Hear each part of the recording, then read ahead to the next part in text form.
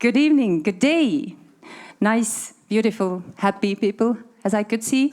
When you were entering, everybody were kind of, I don't know how to say. I felt happy. Who is happy? Can you raise your hand? I'm sorry, Yuri, I know you cannot, but do something. If you can raise your hand and you're happy, then do it proudly. I'm happy.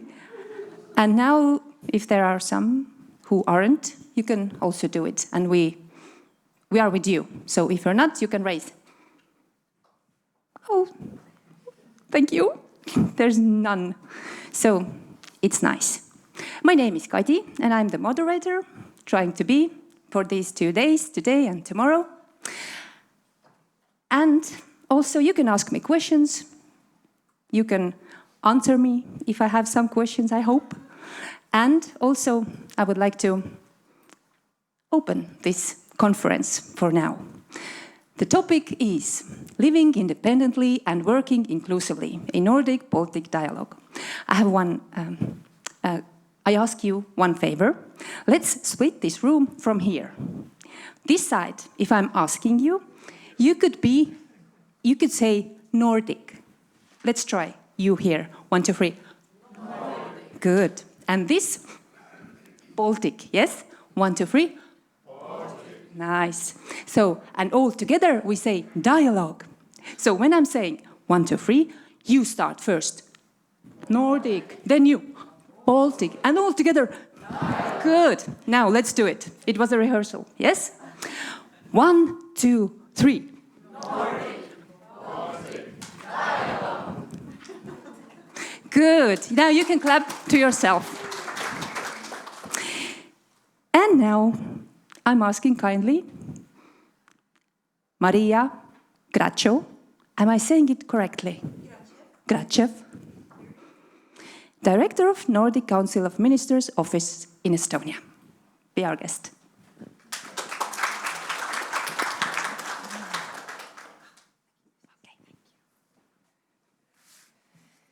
Thank you so much. I think you have a strong eye for names and pronunciation. It's not an entirely easy one. Thank you. But I think also those of you with a strong Russian-speaking ear and eye can maybe guess a little bit. This is originally Grachova. It's a name I have inherited from my Russian grandfather. Was a Russian refugee during the Second World War. I am myself a Swedish diplomat, but with a father from Denmark and a mother from Finland. So one of those mixes from up in this region. That's how it happens sometimes. But I keep saying that dogs of mixed breeds tend to be quite strong. So I'm including myself in that group. Anyways, Minister, ladies and gentlemen, and dearest colleagues and friends of Nordic Baltic cooperation, very, very welcome to today's event, to this conference on inclusive education, supported employment and independent living for young people with disabilities in the Nordic Baltic region. My name is Maria Grachev, as you so very well pronounce it. I'm the director at the Nordic Council of Ministers office here in Estonia. In August, I have been here for 3 years, 3 very, very good years. These years have treated me well, not least with my colleagues, and as you know, in our office, it's Merle Kuusk who is taking the lead on issues related to what we refer to as social and welfare. It covers all manners of sins, that portfolio. I think Merle is one of our longest-serving staff. And covering also perhaps one of the broadest portfolios in our office. Social and health issues, issues related to disabilities, gender equality, and our Democracy Festival, and also covering our large NGO program. So she rarely has a moment to spare. But as I said, these 3 years here in Estonia have treated me really well. I have perhaps not used my time efficiently enough. I keep going to the wrong places, it seems. I came in just now thinking, which hotel was it now? And then I said to my colleagues, it's the one with the flags, right? Since I never seem to remember the names of the hotels. So I did go to a hotel with the flags, but unfortunately another one with flags. But then it's so nice when you get to laugh at yourself a little bit, and that's very healthy. But again, very, very welcome, and really pleased to see so many representatives here from across the Nordic and Baltic region. Some new faces, some familiar faces. I know that many of you have also met before.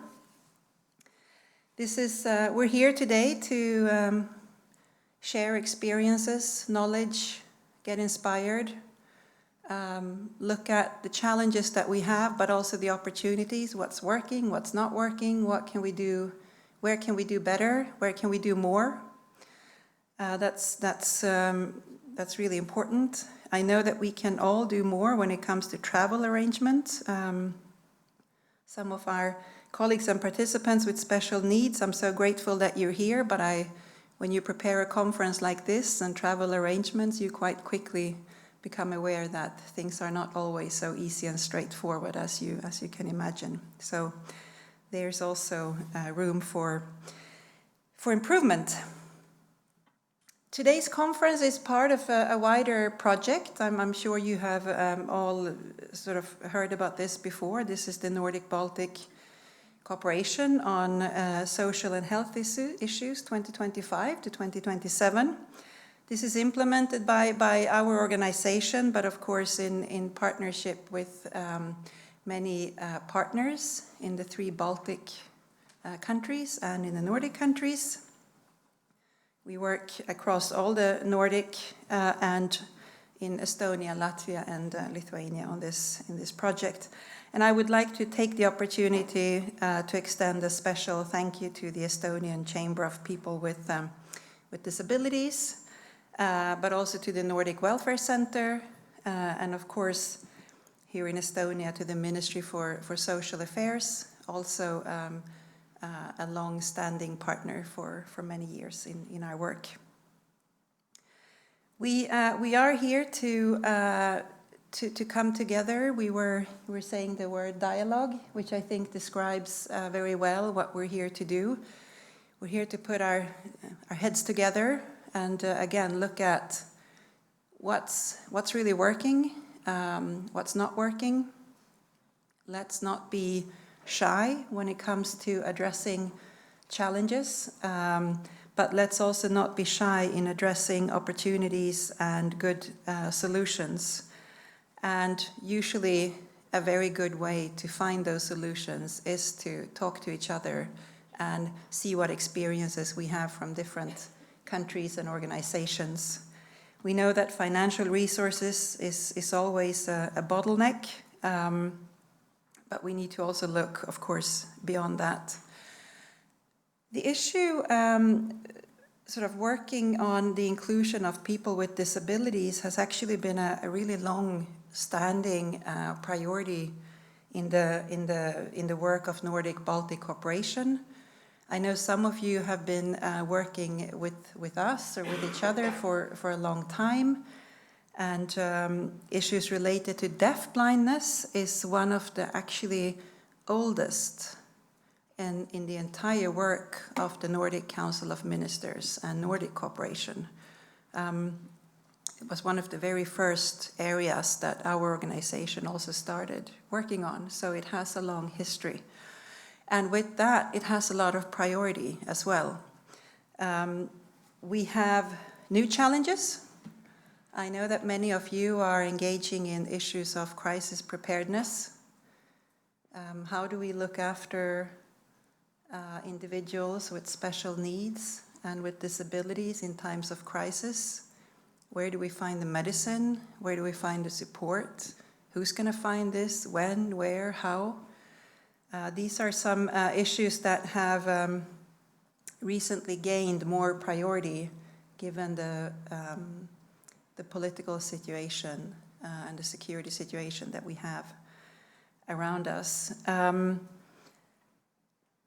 It's important to remember that in the Nordic Baltic cooperation, there's a really strong belief for equal opportunities to participate in education, in employment, and in community life. This really is the foundation of why we're here. It requires broad cooperation. That's also why we're here. I don't think any of us will fix it on their own.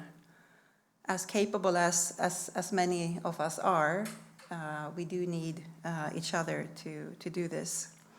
I know that one inspiring example is the work of the Nordic Council of Ministers Council or Ministerial Council for Cooperation on Disability. There is really good work in that council, and we do need to look at those structural and political levels as well.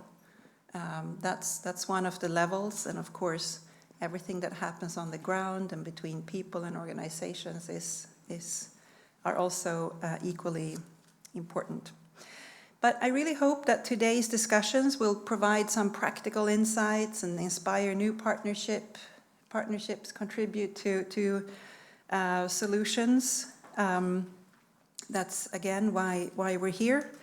I know that many of you already know that our next disability-focused event within our cooperation program is happening here in Tallinn on the 10th and 11th of November. In case you didn't, then mark your calendars as that's coming up. And again, thank you so much for being here. I hope that everyone who is here will find a little bit of inspiration from listening to colleagues and in discussions. Whether that inspiration is great or small doesn't always matter, but if everyone could bring a little something from here to when they go back home, that could help in your daily work, professional life, personal lives, then I think we have a great win. And as you find those, we are of course very grateful if you let us know, as we are keen to know in what way our events are useful and also if there's anything that we can do to make them more useful. But I hope you bring that little seed of inspiration with you when you go back. So again, very, very welcome. I hope we will have good discussions, and thank you so much for being here. Thank you. Thank you very much.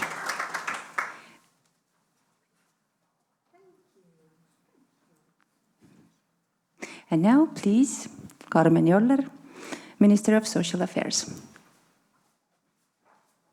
Applause.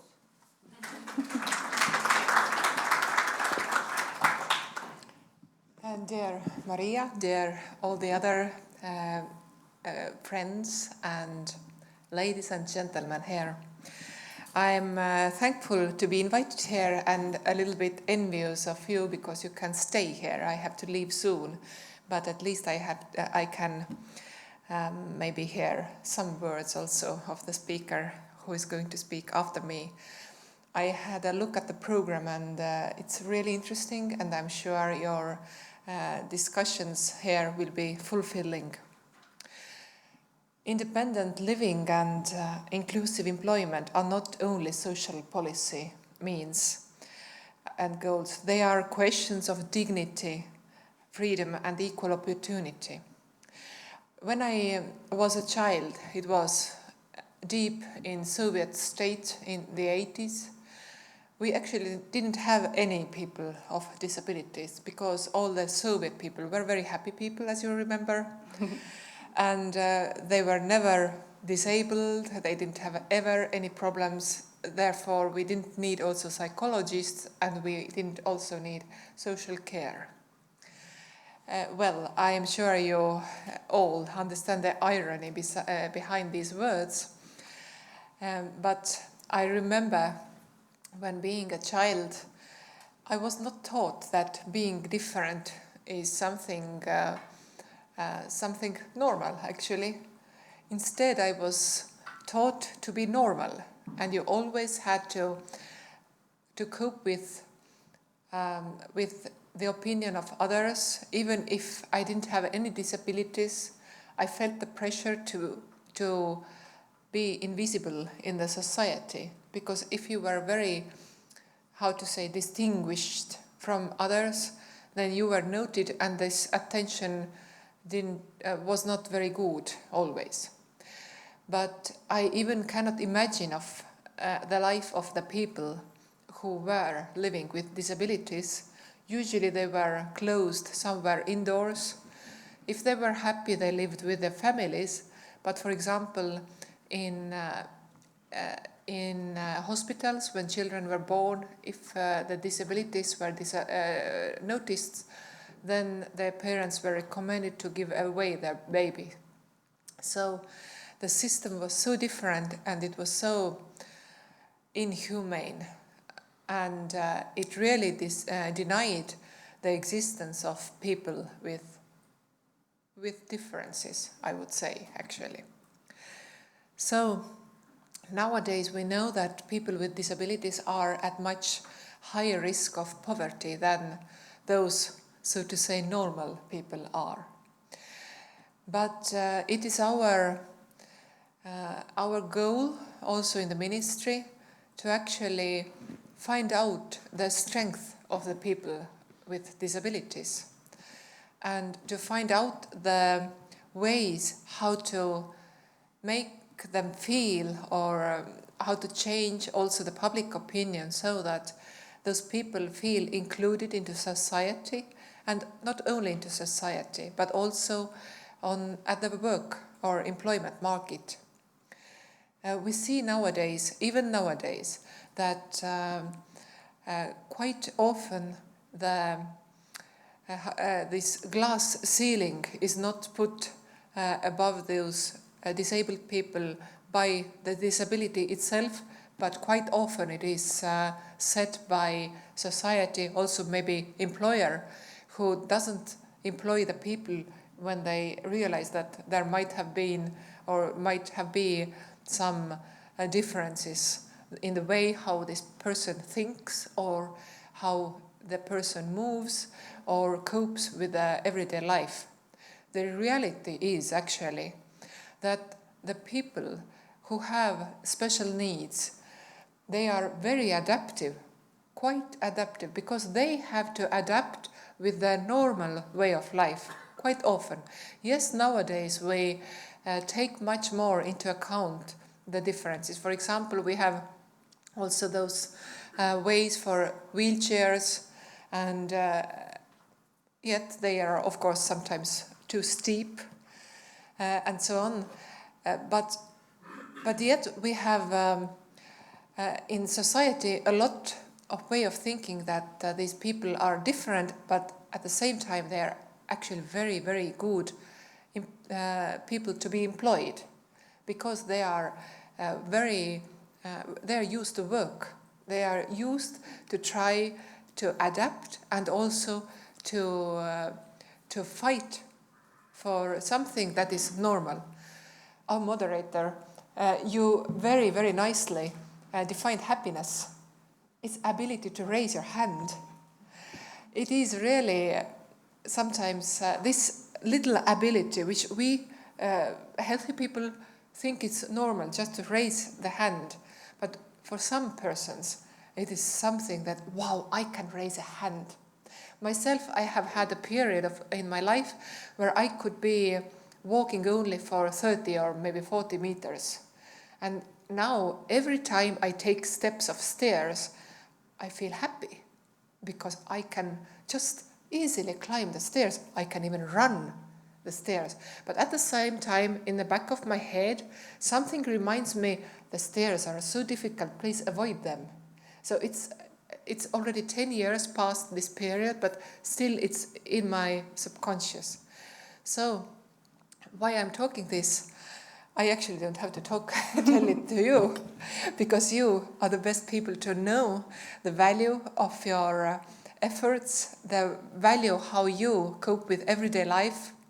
And I really have tried as a minister and also just a private person to tell people that actually, yes, you are happy when you can raise your hand, or you're happy when you can take stairs, or maybe just to speak or breathe freely. So we have to realize that people with disabilities are a normal part of our society. They are very good people to be on also as workforce, and they are very good people to help us understand how diverse can be our people in Estonia and also abroad. I really thank you that you have come here and you are discussing those problems, those maybe also goals, and I wish you strength with your everyday life, and I wish you would be included into normal life more and more. I'm really sorry I have to leave soon, but I will sit a little bit there, so please don't feel offended when I have to leave in the middle of someone's speech. So thank you very much and have a really insightful day. Thank you very much. Now I would like to see if you remember, and if I even maybe don't have to use my words. So if I'm doing this.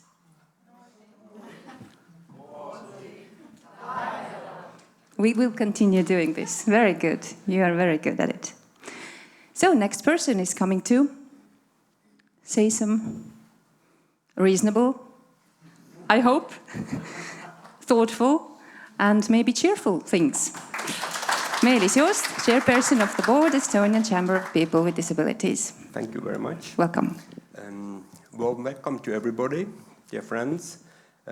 I'm not going as far back as Minister did, but I will still go as far back as 33 years ago, when the Estonian Chamber of People with Disabilities was created as a civil society organization.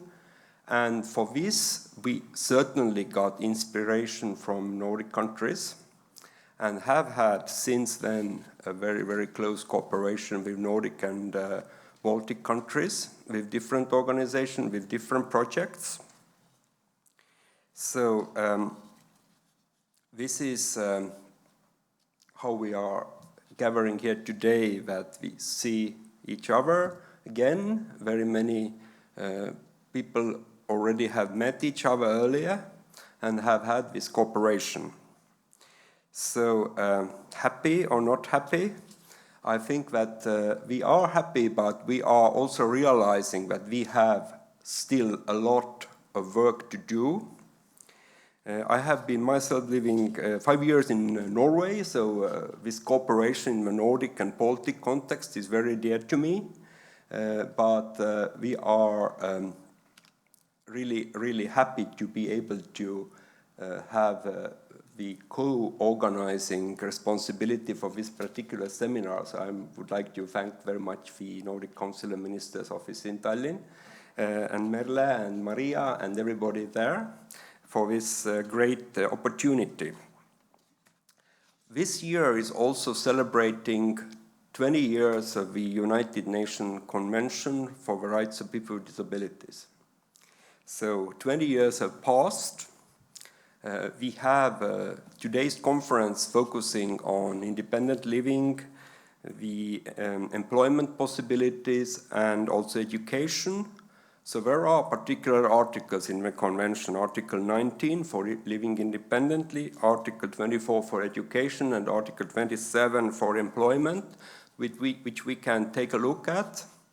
And certainly during this time when Estonia ratified relatively late the convention, 2012, taking a firm look on what will happen when we ratify it.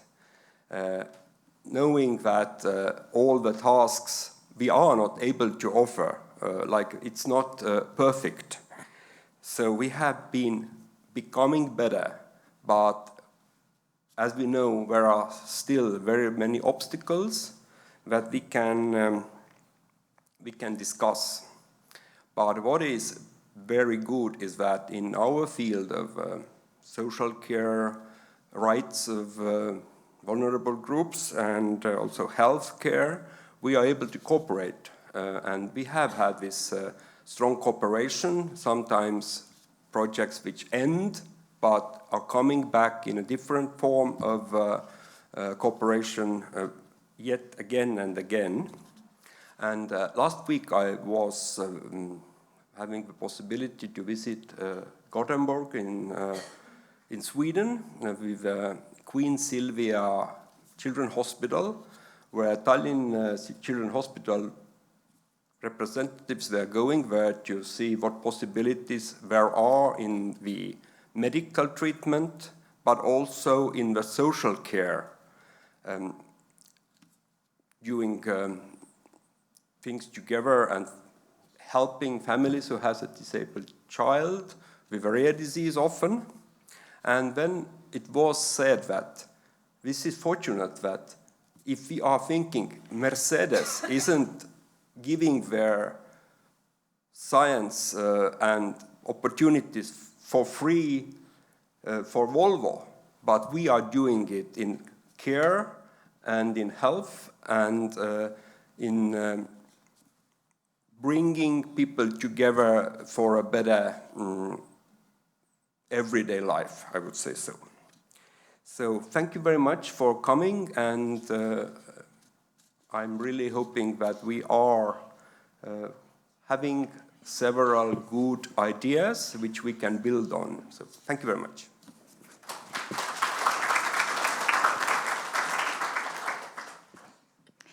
Thank you very much.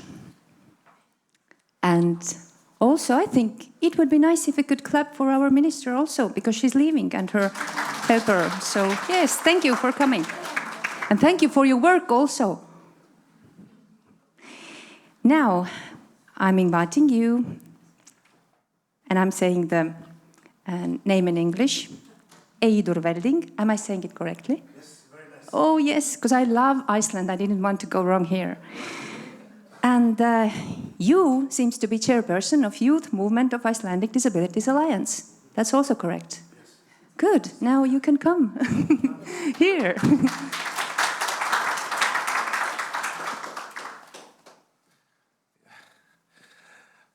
Hi.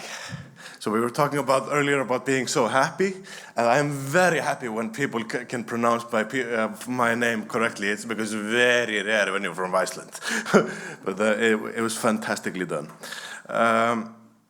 Okay, so I am Eiður Velding, and I come from Iceland. I'm the chairperson of the youth organization in the Icelandic Disability Alliance, and I'm going to talk to you a little bit about the education and employment opportunities of persons with disabilities, especially in Iceland, where I like the obstacles and what we can do better and stuff. Oh, okay. Yeah, is inclusion through life.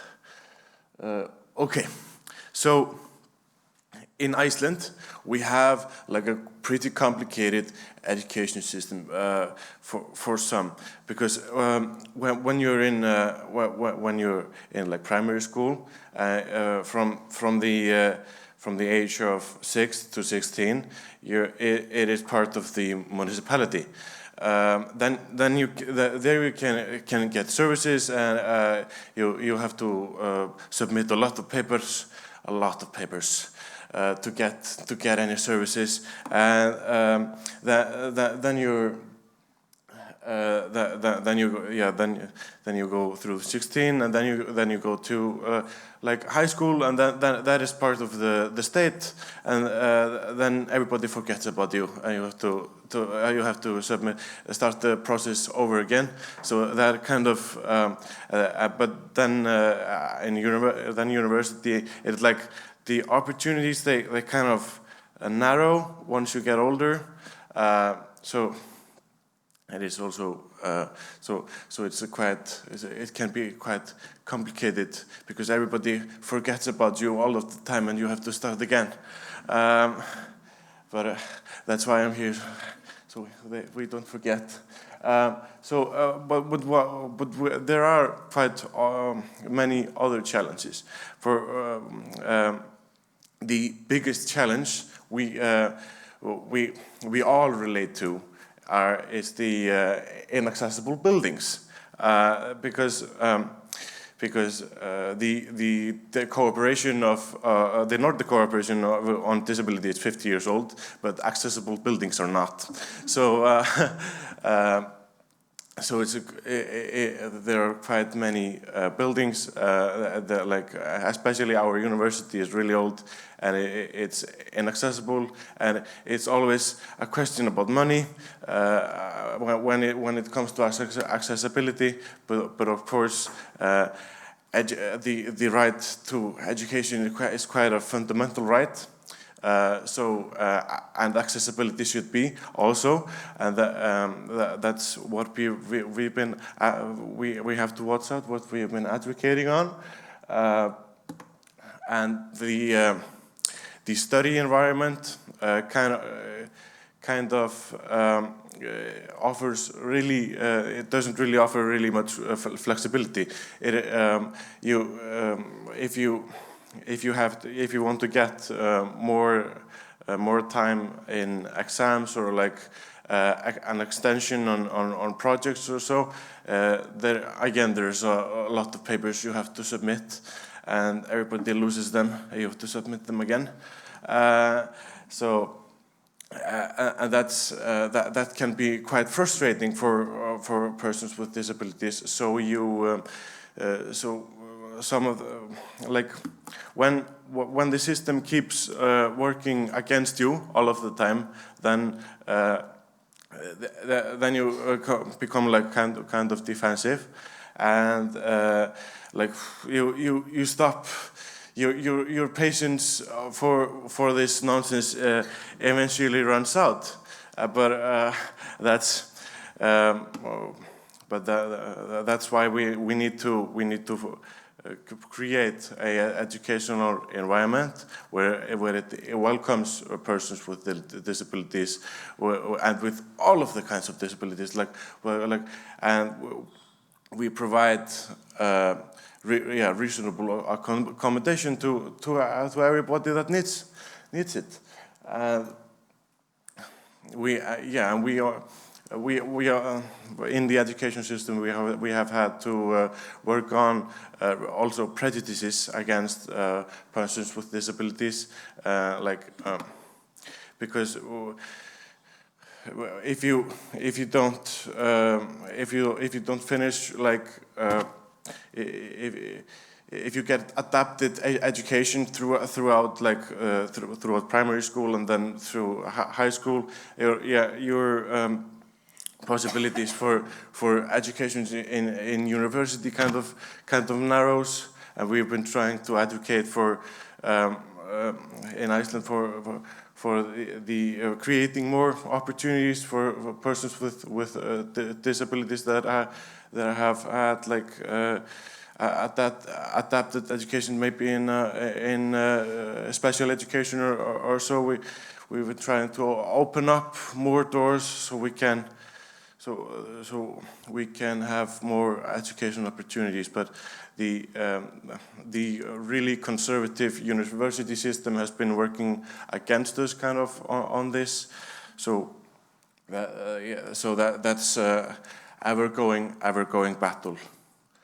And we again on prejudice, we've also been trying to educate school staff and other staff, teachers and other staff members on disabilities overall, because when you get your teacher's degree, you can go through university without hearing disability mentioned even once. So I have been going to schools and trying to educate, trying to do my part in like pushing the disability perspective, because and it's an ever going battle, because if a teacher is not educated about disability, then the teachers themselves get a little bit insecure and scared, and they don't know what to do. So the key to success is knowledge and education, really. And challenges, and we also I've spoken about challenges in education, but it also kind of overlaps into challenges in employment, because in Iceland we have this disability pension system where you can get disability, but there are really inflexible. You can work really little without getting it reduced, so that can kind of become a little bit of a barrier, or like a huge barrier for persons with disabilities that want to go into the job market. But it's gone like a little bit more flexible now with the new pension scheme. But in 2025 and before, it was even more inflexible. That's kind of a huge barrier if you fear of like losing money on unemployment, then you're more likely to choose to stay at home or in like outside of the employment market.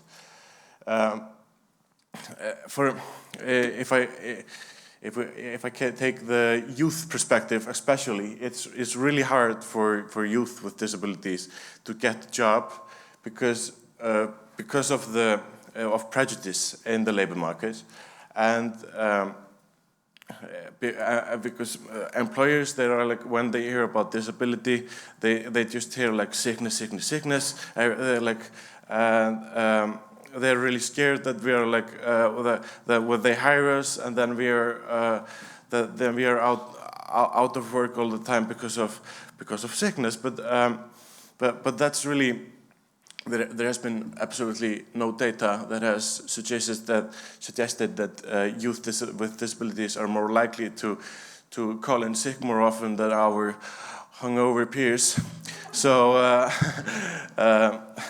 that's a really it's a really boring stereotype that we have to really get rid of, because what happens if youth with disabilities stay inactive and out of the labor market for extended periods of time? It just their mental health deteriorates, and then we increase the cost on our mental health system. So everybody loses money, and we are missing out on so much knowledge and so much expertise and experience that. It's really sad to see that the society and the employers they are offered these like really experienced and really much educated persons with disabilities, but they don't want to hire them because of what? Because they're scared of what? But of something that they have created themselves in their mind. So that can be really frustrating, because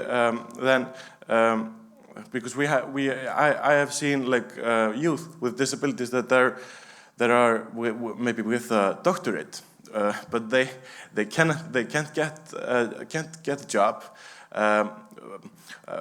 Because maybe the workplace is inaccessible, and it costs too much money to make it accessible, and we don't have that money. and or the employer is just like is scared about having to pay for more sick days or so, but it's but it's like it's. But it makes no sense. It's like it's such nonsense that it's like, yeah, it's weird. And we also have we also have a problem with employers that they always require you to work full time. We don't have. We need to create more part-time jobs for persons that can just work like 50 or 70%. Then if we can create more part-time jobs, then we can open more ways to the labor market. But right now we need more part-time jobs, and that's what we'll keep working towards. Yeah, and like I said, we are also dealing with the problem that the buildings are inaccessible, and then it costs a lot of money. We know that it costs a lot of money to make a building accessible, but what I look at it that what you're gaining is way more than you are paying for the accessibility, and you are getting so much expertise, so much experience, and so much knowledge about life throughout. Like imagine for just an able-bodied person to know, like to see life through like the disability glasses. It can be so just overall it can be so educating to look at life from other person's perspective that has had other challenges that you have had in life. So and that's why also we have to keep on the dialogue and how we make this society more accessible, and we stop losing out. Yeah, and it's in the labor market. There's also a hyper focus on like I said about the sick days and so that there's a hyper focus on what you cannot do. But there needs to be more. We need to be more focused on what the person can do. So, I can't maybe run 2 kilometers to get ice cream for the workplace, but who even does that? But I am really like. I have really much knowledge about like the Nordic Disability Cooperation, for example, and the Icelandic pension systems and the disability movement for 60 years in Iceland. So there, if I take a personal example then the employer often they put that aside and what can either not do. And they like that often weighs heavier in assessments in the hiring processes than what a person can do. So we need to change that. We need to scrap the HR manuals that are currently ongoing right now and start to make it more inclusive. Okay, so. Now I'm going to talk about what we have done what we have done good and what needs to happen. I spoke a little bit about the new disability pension system in 2025. That was a really good big breakthrough. And we'll just keep on working on that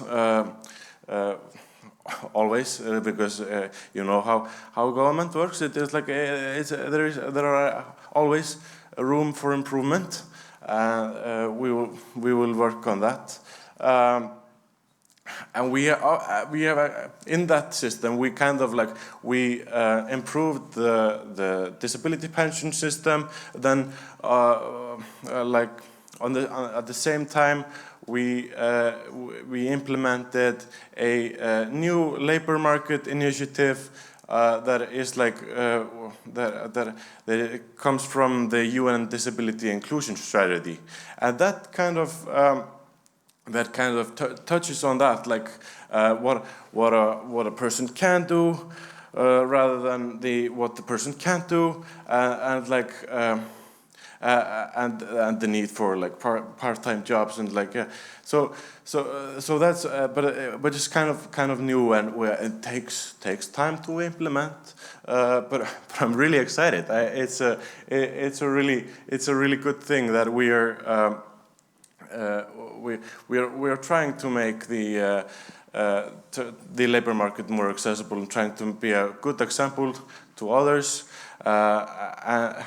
And we also implemented the UNCRPD into law in 2025, in November 2025. So we are trying to. It's fun to work in the disability sector right now. There are a lot of things that are happening, and the schools they need to be more accessible, and we need to offer more like individually based solutions in order to be possible for everyone to seek education, because education and knowledge is fantastic. It's so important that everybody can seek education and gain knowledge, like looking at what they can do and the schools need to say, hey, like we are here for you. And what can we do for you to be able to seek education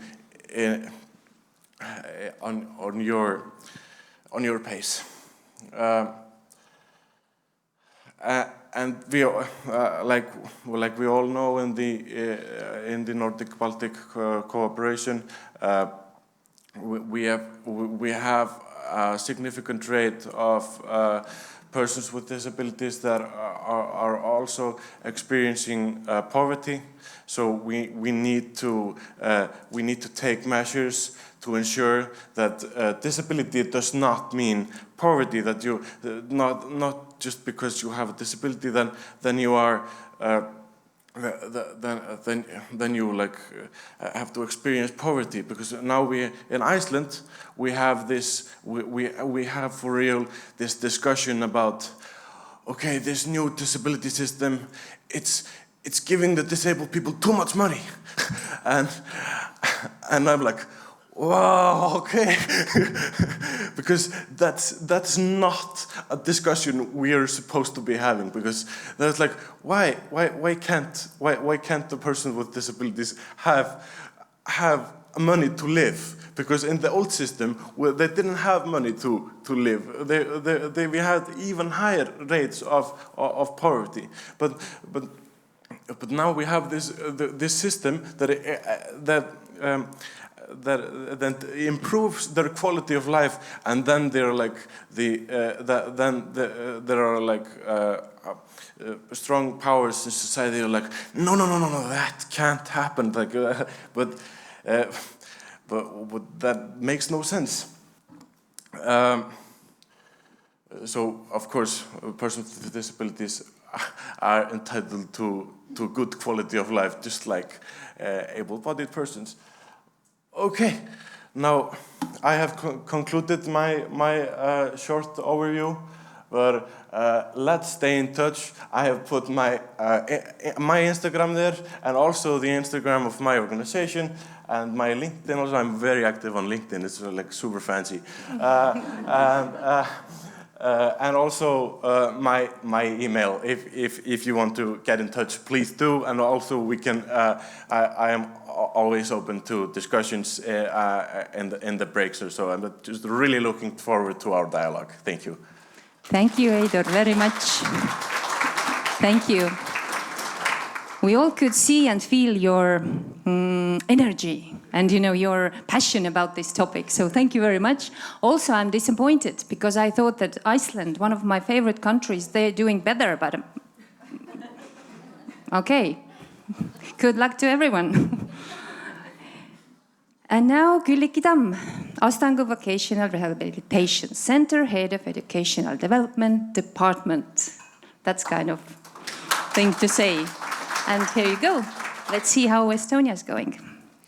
Yes, thank you. I found very many similarities, unfortunately, between Estonia and Iceland. That in Estonia here we have similar challenges like accessibility, study environment, lack of knowledge about disabilities, and so on.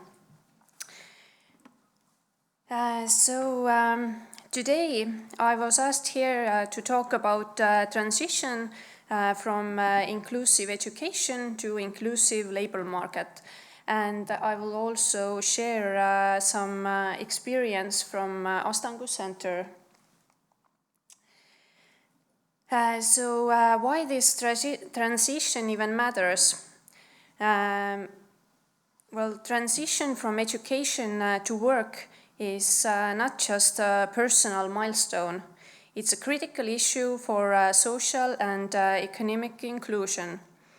In Estonia, the population is predicted to decrease rapidly, and by the 2100, it will be about 39% less people.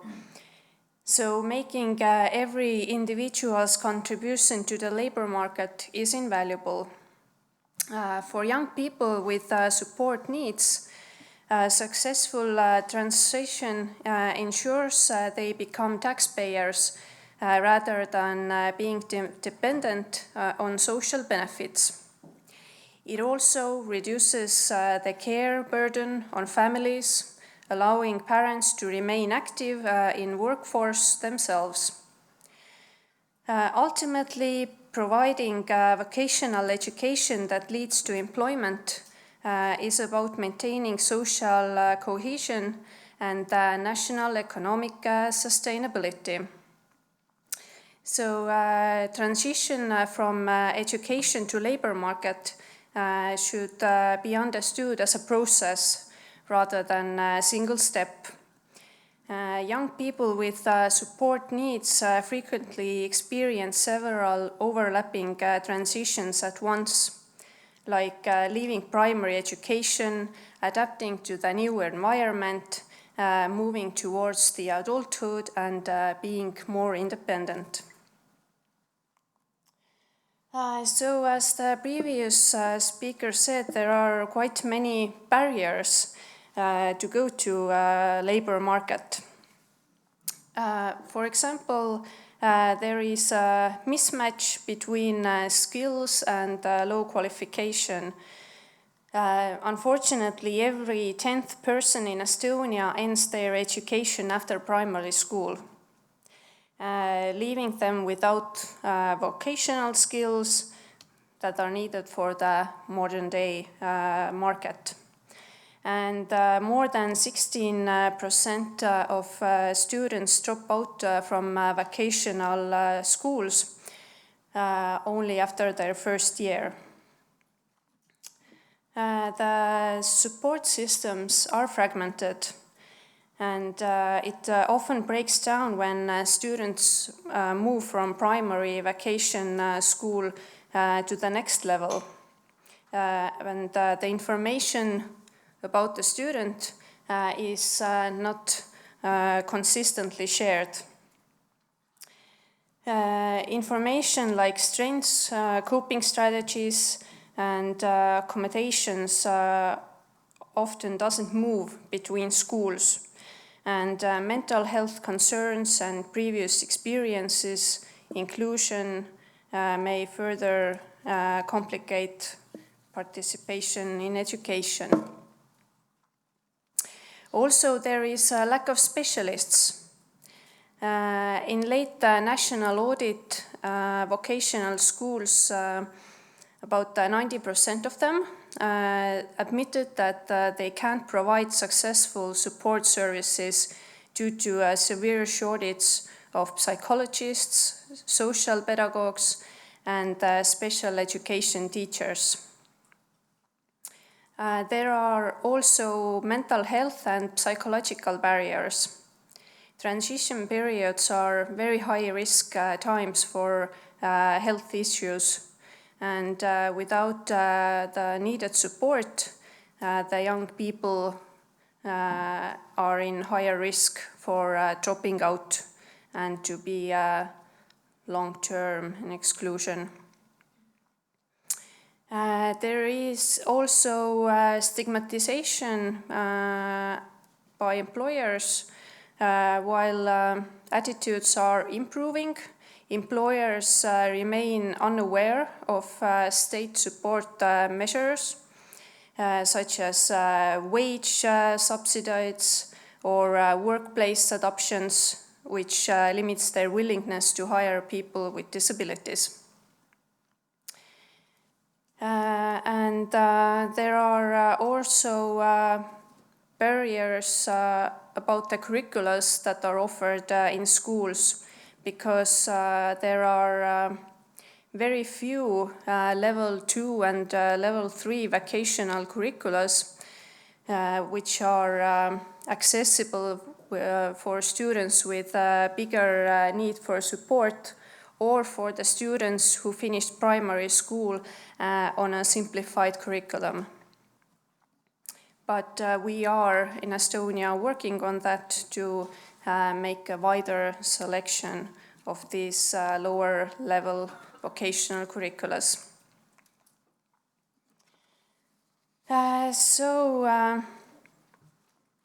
Protective and enabling factors. To overcome barriers, we need to strengthen some of the factors, like early career guidance. It has been proven that if you start planning career earlier than 9th grade, if you start from 7th or 8th grade, there's a better outcome, and it allows to calmly assess which are the students' abilities and their interests. Work-based learning, well, real work experience during the studies is the strongest predictor of future employment. School climate and self-efficiency. So the supportive environment, which focuses on students' strengths, helps to build career readiness and also better self-belief in abilities. Coordinated support is also very necessary because success depends on the cooperation between school, family, career specialists, and future employers. So what actually works? Yeah. What actually works? Well, I will share some experiences from Astangu Center. Integrated support models.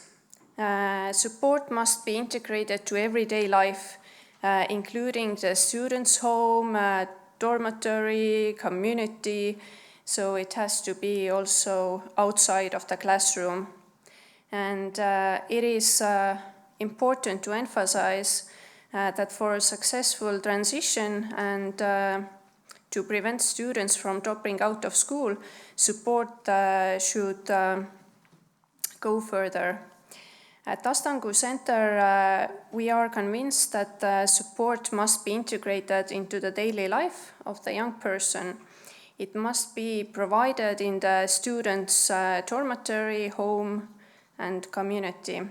So what we do is we organize discussion circles with students' parents, involve local government specialists, and create connections with national services so that new skills, knowledges are embedded to the real life. What we also do is systematic assessment of students. To assess students holistically, we have learned from the Rory method. It's from Finnish vocational school called Lovi, and it is based on the international classification functional ability, which was established in Estonia in 2023. And this method allows students to be assessed in 4 areas: resources, study and work skills, cooperation, and everyday life skills. And it combines the learner's self-assessment and experts' assessments. And it can be used for counseling and to be prepared to make next steps for better skills in everyday development.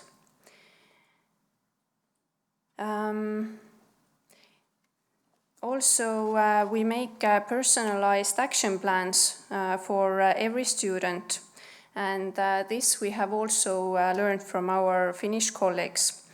In Finland, this is called HOKS. So every student has their individual skills development plan, and it includes learner skills, developmental needs, and support measures, and which is approved jointly by the school, student, employer, and if necessary, also guardian.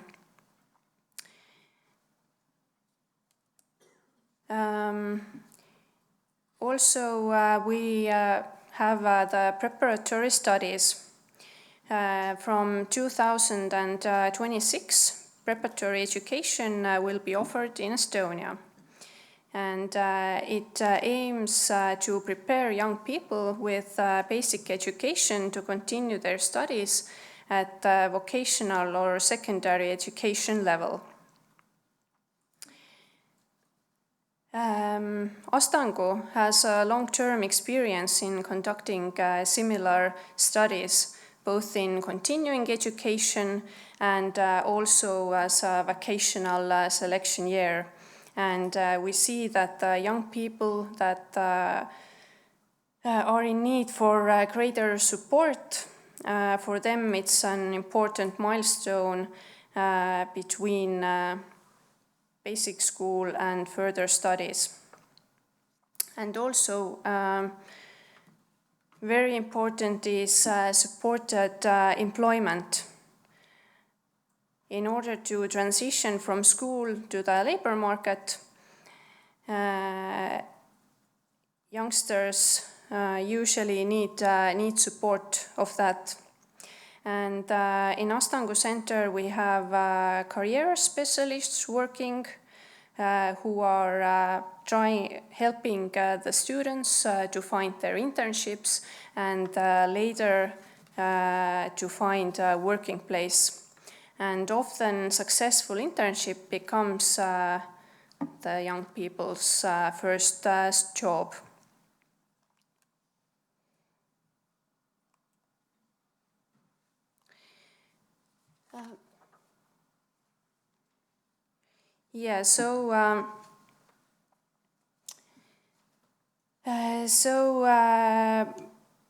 inclusive labor market is our shared responsibility.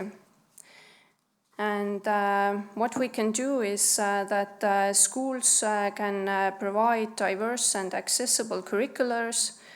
Employers can be open to diversity and support for work adjustments. Also, support services must ensure that rehabilitation and career services are available through the educational journey. And policymakers must address that funding gap, as support for students with needs in vocational education is currently significantly lower than in general high schools. And what else we can do is we can start early to plan the transition from primary school to next level, focus on the individual, trying to bridge the gap, and of course leave nobody behind. So, thank you. Thank you very much. And if you have some questions, you cannot ask them because we don't have time for this. But we have breaks and we have lunch tomorrow and today also 2 breaks. So then you can gather and mingle and ask questions for sure. And now from Finland, Tarja Anneli Heikkinen, Counselor of Education from Finnish National Agency of Education. Yes?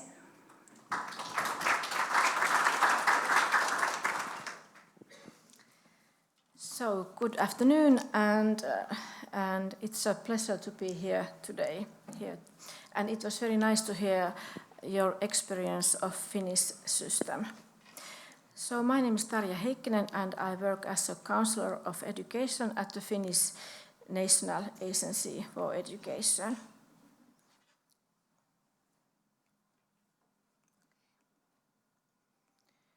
And today I will talk about how Finland supports young people, including with special needs, moving from basic or comprehensive school to vocational education. And I will focus on 3 key areas: inclusive education, transition pathways, and individual support and guidance. And this is a simplified picture of the Finnish education system. And under the green area, you can see here is early childhood education and pre-primary education, and then is a comprehensive education.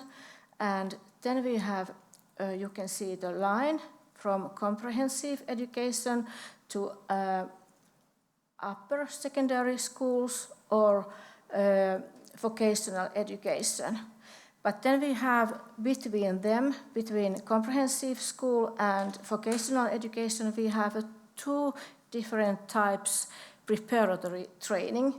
And here is a little education, here is the 2 points, and it's a preparatory training and education for work and independent living, and it is for students who need a high support and who have difficult disabilities or health condition. And you can see that this education name is Telma, and it's a little education.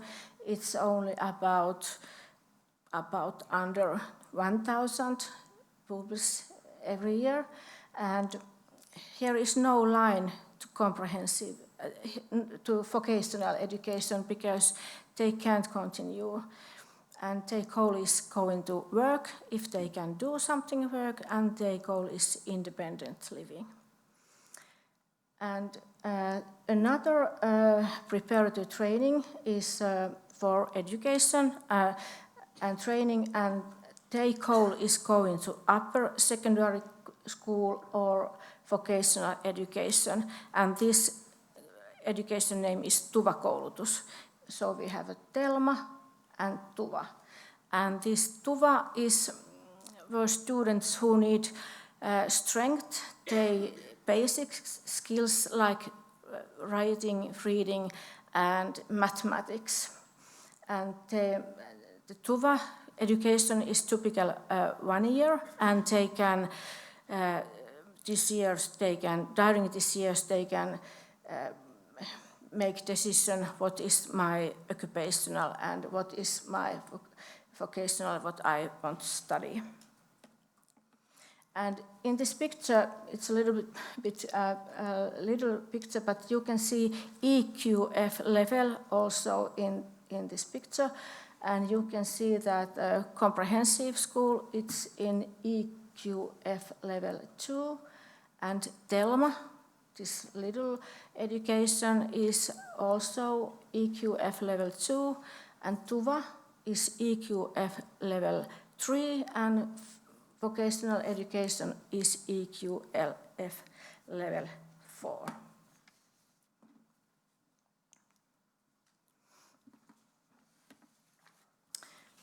And the main system in Finland is inclusive, and inclusive education is a core principle in Finland.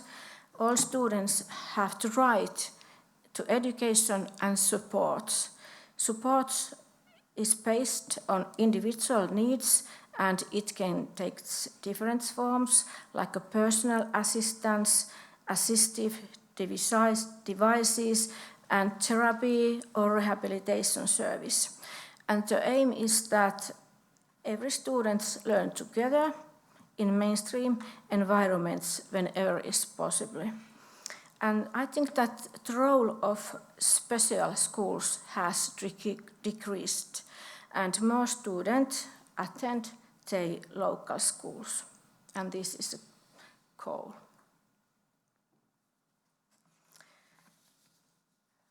And about this transition, in Finland we have a compulsory education, and it continues until the age of 18. Typical young people are 16 when comprehensive school ending, but take compulsory education continue when everybody is 18, as it's in the law.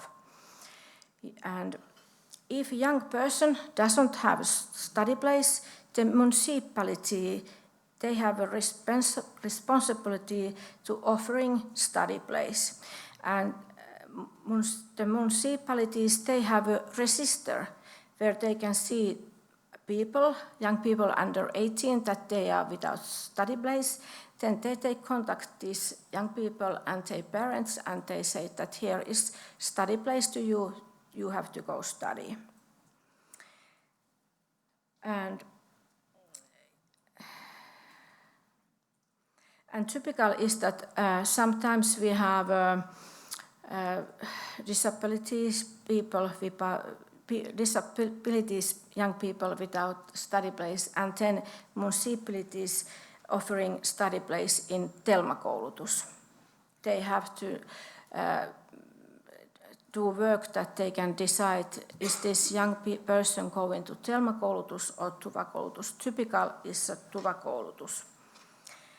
And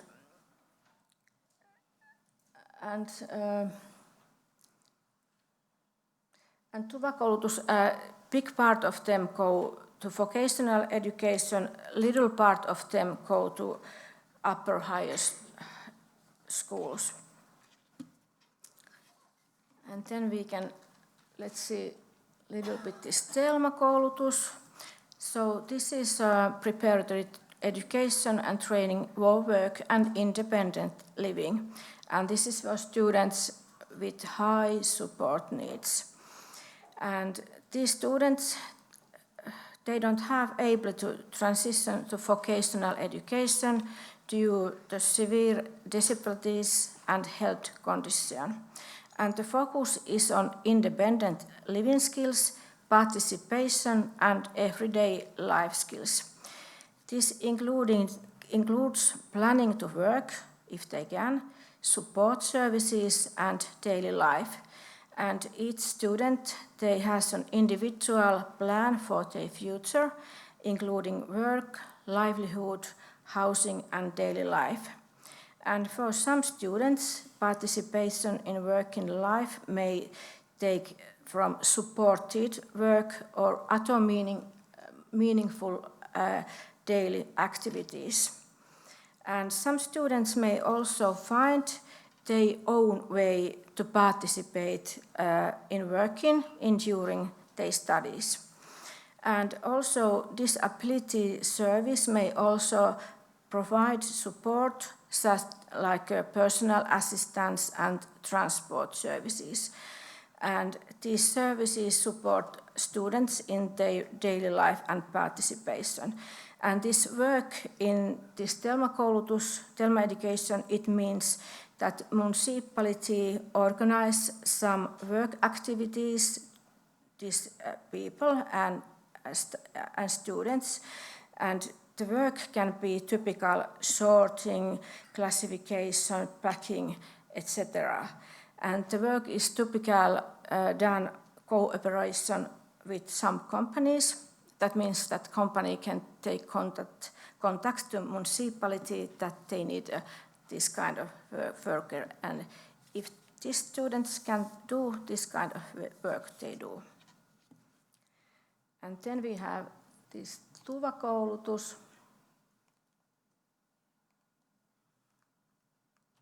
Okay, it's not. Can somebody help me? It worked, no? Okay, now, yeah, okay. And a few words about TUVA-koulutus. So this is a preparatory program for students who are not ready to vocational education, but vocational education is their goal. And this education helps students improve their basic skills like reading, writing, and mathematics. And it also supports them finding the right study pathway. And this is the typical compulsory education. If young people are under 18 without study place, you have to go this TUVA education. It's in law. And then vocational education. So we have about around 40 different vocational qualifications, and they are available across Finland. And the goal is that everyone studies in general vocational college, including with special educational needs. And students who need intensive special supports can study in special vocational college. And we have in Finland 6 vocational special colleges across Finland. And the goal is to complete a qualification and move to working life or future studies. And the aim is that everyone who is able to can study in vocational education and complete of qualification. And little conclusion. The Finnish system is based on inclusion, flexibility and individual support. And there are different pathways for different needs. Many students, including those with special education needs, study in general vocational education and complete a qualification. The goal is to support all young people in moving to education, working life or other meaningful form of participation. The goal is education, work and meaningful life. And in Finland we say that no one should be left behind. So thank you for your attention and have a nice conference. Kiitos, kiitos. Isot kiitokset.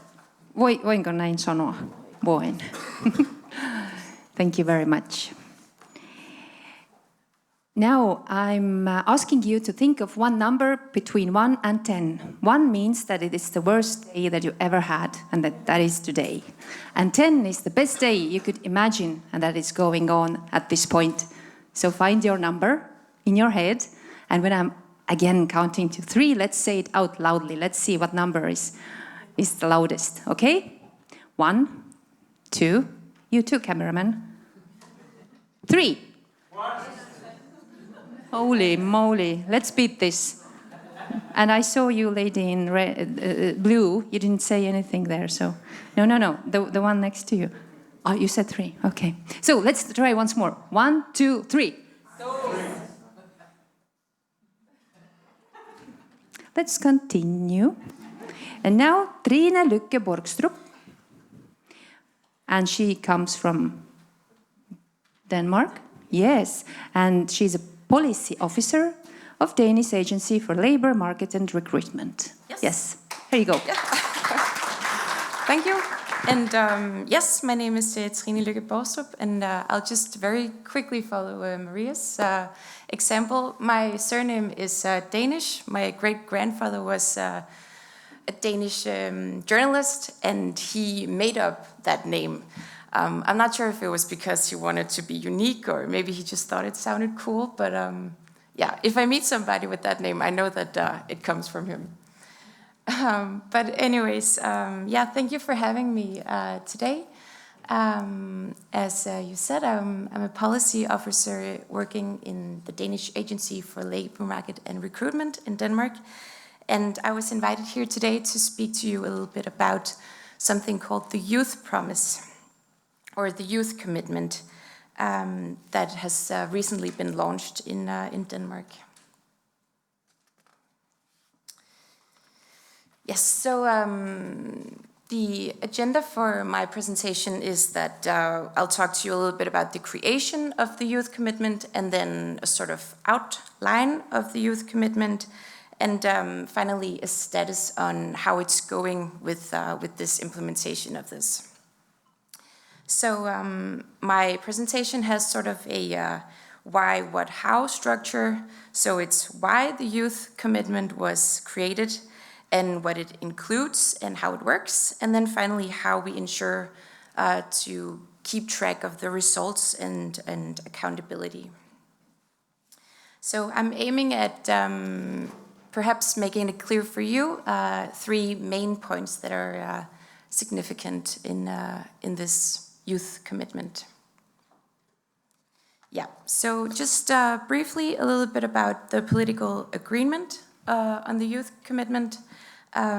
It was agreed upon in October 2024 by the government and 3 supporting parties. And just last night we had a new government in Denmark. So after 2 months of negotiations, so finally I would say, and hopefully the new government will also be transferring this further. I mean, that's definitely the expectation. But yeah, this agreement or project, as you could say, includes 10 initiatives aimed at helping young people reach their full potential in employment or education. And there has been a total of 2.3 billion Danish crowns allocated for a 10-year period of time. So, and that follows also a permanent annual allocation of further 150 million kroner from the year 2036 and onwards. So that's just a little bit about how the Youth Commitment came to life in a way. And yeah, that was sort of like the political frame. You also have to make it live in somehow, and that was done by doing a national launch and partnership. So the Youth Commitment was launched on January 28th at Marienborg, where the Danish Prime Minister lives. And the political ambition with this is to engage all relevant sectors of society in developing new approaches and solutions, creating job opportunities, for young people and also integrating them into meaningful communities. So this reflects a recognition that the challenge is complex and calls for new form of collaboration. And it's a very new form of collaboration, I would say. I mean, combining all these different sectors into one. So the launch was happening by having 24 young people from across Denmark sharing their experiences and insights with CEOs and politicians, both in discussions and on stage. So just on the picture below, you see a couple of the Danish companies that are sort of going forward with this. But I'll speak a little bit more about that. First, I think it's one of the key points for you to take from this presentation or the youth commitment is that it has strong political support and continued attention. So that's the number one key point out of 3. Yeah, so now I'll speak a little bit about the outline of the youth commitment. We say that it has sort of 4 tracks. Yeah, I think it's best perhaps viewed in this diagram, or how can you say, like visual. So the first track is the IPS method, individual planned employment with support. And then we have the expansion, you could say, of that, which is called More Young People Included. And the 4 letters, FUSM, that's just the Danish abbreviation. So if you see it in some of the next slides, just know that it means the More Young People Included track. Then we have partnerships and outreach to young people. So that's sort of like what makes up the youth commitment, if you can say. Yeah, and we've also tried to make an overview of it, because sometimes the brain works better with that.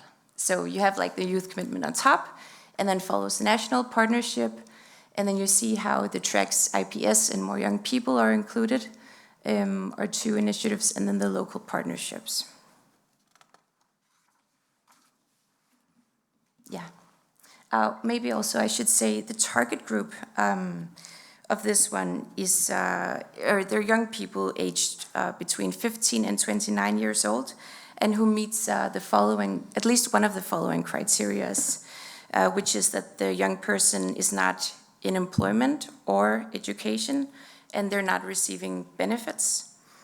And they're also not receiving benefits from the municipality, or if they're working employed part-time up to 18 hours. So you can only sort of get in this youth commitment initiative if you are that age and meet one of those initiatives. Yeah, and I guess also you could say that it's a joint effort to support these young people who are not in education or employment, because nearly 45,000 young people aged between 15 and 24 is in that group, and then nearly 21,000 people between the age 25 and 29 who are also in the group of the need group, you could say. Yeah, so that's just a little bit about that. I hope it makes sense. So in order to get this out into all 98 municipalities of Denmark, we in the Danish Agency of Labor and Recruitment are encouraging the municipalities to do some of these initiative things, you could say, like they should clarify the organization, I mean the municipality, within the teams and management, and onboard consultants of IPS and More Young People Included. They should also do, or encouraged at least, to do, strongly encouraged I would say, to work with their regional IPS ambassadors who are also in touch with the regional psychiatry services. And then also doing sort of more involvement of the municipal department and businesses and civil society. So I won't get too much into that, but those are some of the things that we've been talking with the 98 municipalities about. And here you just see a couple of pictures from the kickoff events that a lot of municipalities have held. So a lot of mayors and politicians and local business owners and civil society has come together to sort of celebrate that this is now something that they really want to work on. Yeah. So track 1, IPS, I'm not sure how many of you are familiar with this. I would expect some of you may have some knowledge about it. But this is sort of like the foundation, you could say, on how the youth commitment came to life. So it's a collaboration agreement with the regional psychiatry, and it follows these 8 principles. I won't get too much into that because I know I'm short on time. But what I can say is that within this track, IPS basic training are held by the regional IPS ambassadors, and we encourage all people who are in some sort of contact with the youth commitment to go on this basic training because they get knowledge on how the IPS ground principles, what they are and how it works. And then one of the main things is also the anchoring in job development. So moving forward with regular paid hours. It's already been talked a little bit about before, but maybe just working 1 hour or 5 hours or 10 hours could make a huge difference. And that's what we're trying. That's what we're trying to get more out there. Yeah. Then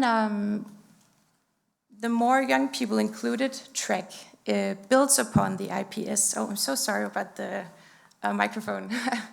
But so it builds upon in the way that it builds upon the same 8 ground principles, but here it's expanded so you don't have to have the psychiatry working with you.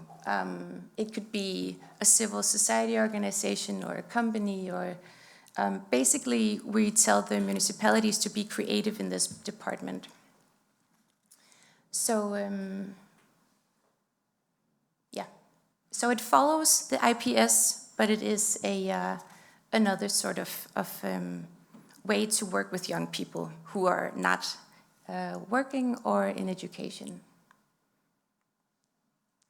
Yes, and then we have the track 3, partnerships, which is one of the things I'm working particularly with right now. It's a partnership. A partnership is a collaboration to help the young people in the target group. And it's meant to be national ambassadors. So, for example, you could have a supermarket, a big chain, who has a lot of local departments out in the country, and then the main sort of flagship department or flagship store, they can be ambassadors. And we encourage them to engage their local branches, but for example, to have job openings or just spread the word about the youth commitment. But they're not required to have job openings because that would be a little bit too much maybe to go forward with. But they're meant to be national ambassadors for other local businesses, for example. Yeah, so also the final dot is that the partnership must come to life locally. So the current process is for the municipalities to establish these local partnerships. It could be like a football club or a scout club, or it could be a lot of different things. And really it comes down to how the municipality works locally. So the final track is outreach, which may also be called screening, as some of you may know. But this track really is about finding the young people who may not be part of the, and now I say maybe a little forbidden word, but the system. So perhaps young people that are not in touch with the local job center or municipality, and how are they supposed to have a effort if they're not really, if they're not in touch with anybody who are able to tell them about this project, the youth commitment. So for the municipalities, they should develop a strategy on how to identify these young people who are in the target group, and also find out how to reach out and get in contact with these young people, and also decide if they should get one of these initiatives, either EPS or the More Young People Included. And yeah, that's sort of what's in this outreach. So for the second key point, it's very important to say that the broad collaboration with companies and civil society is one of the main things in the youth commitment. So that's key point number 2. And then just briefly about status on the implementation. So how is it actually going so far? Well, I mean, good, if you ask me, considering the fact that all 98 municipalities are participating. And also we've had these national startups, seminars and regional meetings which are meant to combine learning and support to help this implementation. So we sort of cluster these regional municipalities so they can get together and talk about how it's going and perhaps exchange experience. And then we're also very closely attending the funding and systemic monitoring. It's been very silent on that department because we haven't been able to say anything about it because of the lack of government. But surely now we can start up again. And then there's 250 partners right now in this national partnership. So 250 partners in Denmark is all right, I would say, for Danish standards. Yeah. And just a little bit about how the status on the implementation. The first feedback was very positive. The municipalities were perhaps a little skeptical, which is understandable in terms of how, you just have to sort of understand a new initiative. But it's a good cause, to have more young people included in the work and education system. So in that department, it's really well. And some of the key strengths are that it's an evidence-based IPS method, this supported employment. So we work with that a lot, and that also means more competency in this department will develop as we go forward. Another key strength is also the strong partnership approach, which is new, and we're just trying to find out how it's supposed to land. But that's going to be very interesting to see how we're going to go with that. Yeah, and then just a little bit about focus going forward. We have more local embedding and long-term coordination across the entire country. And then we have the partnerships developing into operational collaborations. And as I said, we get more competencies as we move forward. So a final key point is this one: implementation support, sharing of positive results and best practice. So hopefully we can expand this into all 98 municipalities of Denmark and lower the number of young people who are currently without job or education. So if any of this perhaps made a little sense, then you're welcome to contact me if you have further questions. My information is up there. And yeah, otherwise, thank you for listening.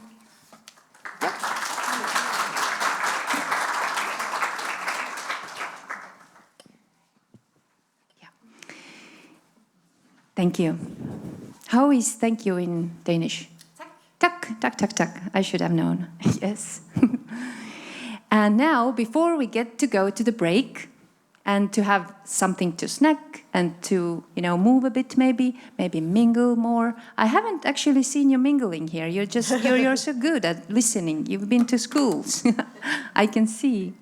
So now we are delighted to have here Inge S. Bonfils, PhD, and she's a senior associate, professor in the Department of Social Work in University College Copenhagen. Yes, kind of. Thank you very much, and I don't think I will go into explaining my name. We can do that in the break. Well, but I'm very pleased to be here. I think this topic that we are going to discuss further here is highly relevant, and it's also something that I've been engaged in throughout my professional careers, both as a researcher and professional. So this is, yes, I'm really happy to be here. Whoops, this one. So I'm going to talk a little bit about the fundamental assumptions and principles behind supported employment, and thus highlight why this employment approach is favored by people with disability and mental health issues compared to other approaches. Then I will give some insights into different supported employment models. Now Trine named the IPS model, among others, followed by some insights from an ongoing research project on supported employment or IPS in the Nordic region. And then I will give you a very short presentation of some results from 2 studies in Denmark on IPS, and offer some concluding thoughts on the future of supported employment in Denmark. Just a little bit back into history. Supported employment, actually the model or the thinking and the values developed in the United States back in the 1980s, when social workers supported people at that time with intellectual disabilities who were moving out of the big institutions. So this was part of their deinstitutionalization, that they supported people with disability to enter the ordinary labor market. So this development sort of spread also to Europe, and the Association of Supported Employment Europe was, they define supported employment as the provision of support to people with disability or other disadvantaged group to secure and maintain paid employment in the open labor markets. So that's the essential fundamental or fundament of supported employment. It is that it's paid employment in the open labor market. So the supported employment model thus was developed also in a kind of opposition to what was and might still be the most dominant approach in vocational rehabilitation to support people with disability and mental issues in gaining employment. And in the supported employment literature, you sort of term this traditional way of doing things the train then place model.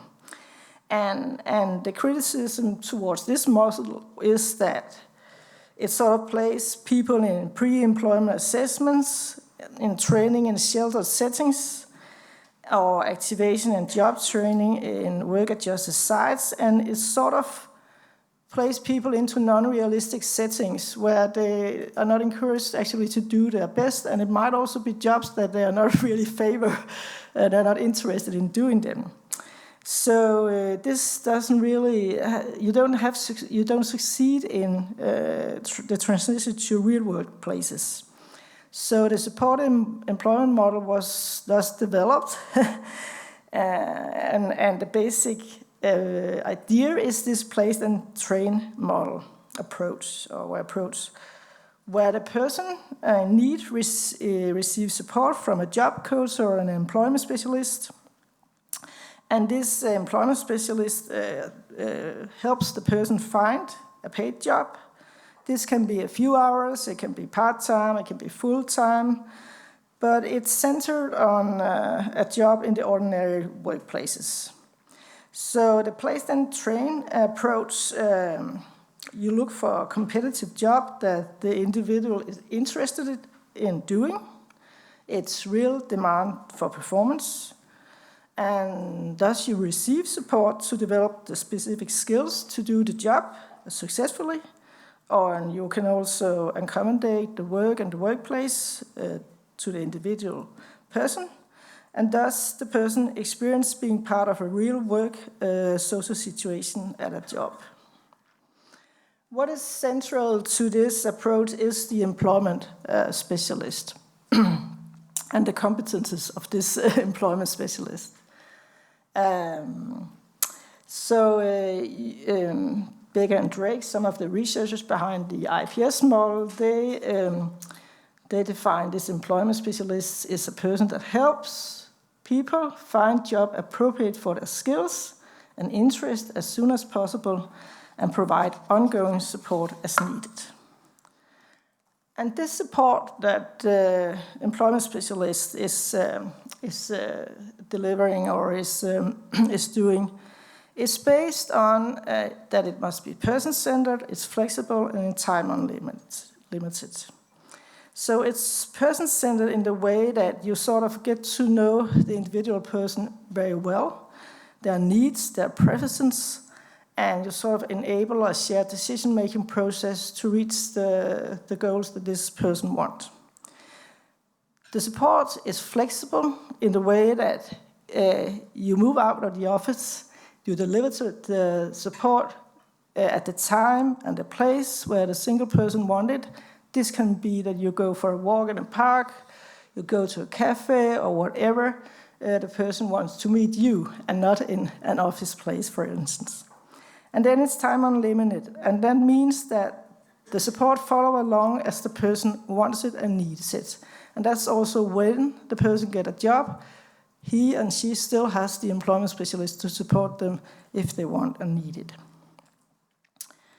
The employment specialists also they use a lot of their time to engage employers, and this is done through what is called job development and job matching. So they sort of build up long-term relationship with employers based on the individual client's interest. They look for job opportunities, do job creation, job carving, and this job matching process is also essential based on the career profile of the person's preferences, skills, strengths, and previous employment and education, and they follow what the individual person want and need, so it's recovery-based.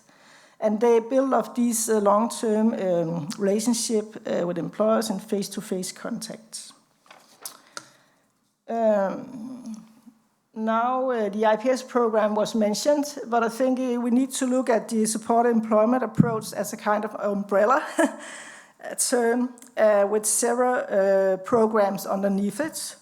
The IPS program was also developed in the United States. It's a program that is targeted persons with severe mental health issues or other kind of mental health issues, and it has been integrated as part of mental health services.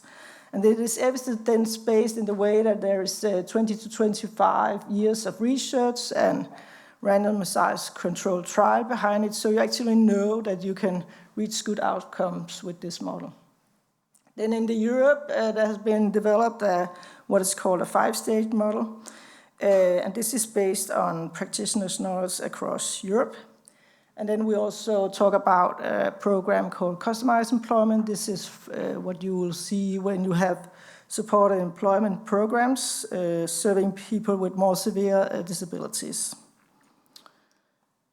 At the moment, I'm involved in a Nordic research project, actually funded by the Nordic Council, where we map supported employment programs and in particular IPS in the Nordic region. I will just give you a few insights on the development in the Nordic countries. This is just one slide from this. I think it's quite interesting that what we see here is that supported employment programs started up in Finland, Norway, Sweden, Iceland already in the 1990s. And this was targeted at a rather broad group of people with disabilities. That could be intellectual disabilities, mental health issues, brain injuries, or socially vulnerable individuals.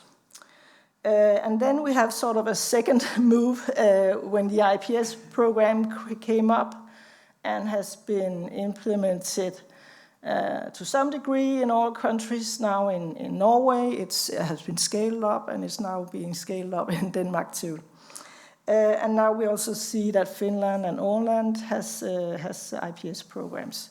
So I think we sort of see kind of similar developments here, that starting with the supported employment more broadly, and now the evidence-based IPS program is sort of taking over this, because you have some very strong evidence behind this way of working. And this also resonates with what has the history of supported employment in Denmark. Actually, the supported employment models was unknown, I think, until 2012, when the first IPS program was set up as part of a randomized controlled trial. This was initiated by researchers from Copenhagen Mental Health Research Units for Psychiatric Rehabilitation and Recovery. And it was a trial that was targeted persons with severe mental health issues.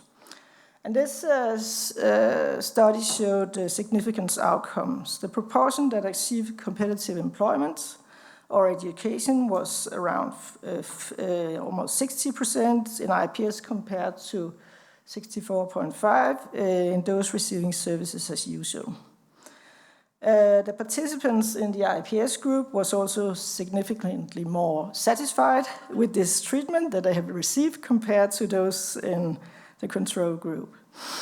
And there was no difference between the groups regarding mental health symptoms as well as cognitive functioning or health-related quality of life, and thus no indication that IPS led to worsening of symptoms or had other negative consequences. And I think as due to this very good results, the Danish labor market authorities, they recommended the implementation and dissemination of IPS afterwards. Another project that I will mention is one that I'm in charge of. It's quite different from this first inclusion process, as it has a quite broader group of participants. It's called Reconnect, and it's targeted at unemployed young people within the NEED group. And it's what we call a quasi-experimental evaluation. And it has been based on IPS or modified IPS, but these young people are not in regional mental health services. They have signs of mental distress or anxiety, depression. So it's sort of what we see, I think, around many Western countries is many young people struggle with their mental health. So we were interested in modifying the IPS program to this broad group of young people. And these results we have from this, they are not published yet. They are under review in a journal. But we also get quite significant outcomes. 52% gain employment, and this is not full-time, we have to say, compared to only 40% in the comparison group. However, we don't find no significant effect in relation to education, unfortunately.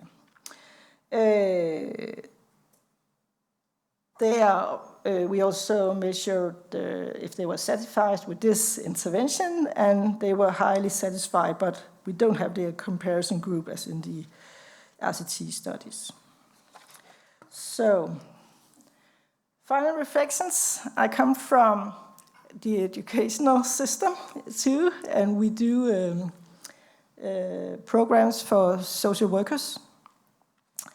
And I think that these very positive outcomes and the presentation from Trina about the youth promise is sort of showing that IPS is moving into Denmark as a way of supporting people with mental health issues and probably also people with disability in the future. I think going forward from here, we need to incorporate this approach more into our training programs for our students, the professionals. We have done this at my department, and hopefully we can see that this will also be integrated into other professions. I find that professionals out in job centers are very interested in the IPS program and the support they can provide. Through this program, they sort of find that their clients succeed and thus they also succeed in their work. And our students and so in social work are very enthusiastic about IPS program. So they sort of want to specialize some of them into this kind of work. So I think it's a promising future for the supported employment approach in Denmark for the years to come. And hopefully in this way, more people with mental health issues and disability will be employed in the ordinary labor market. Thank you very much.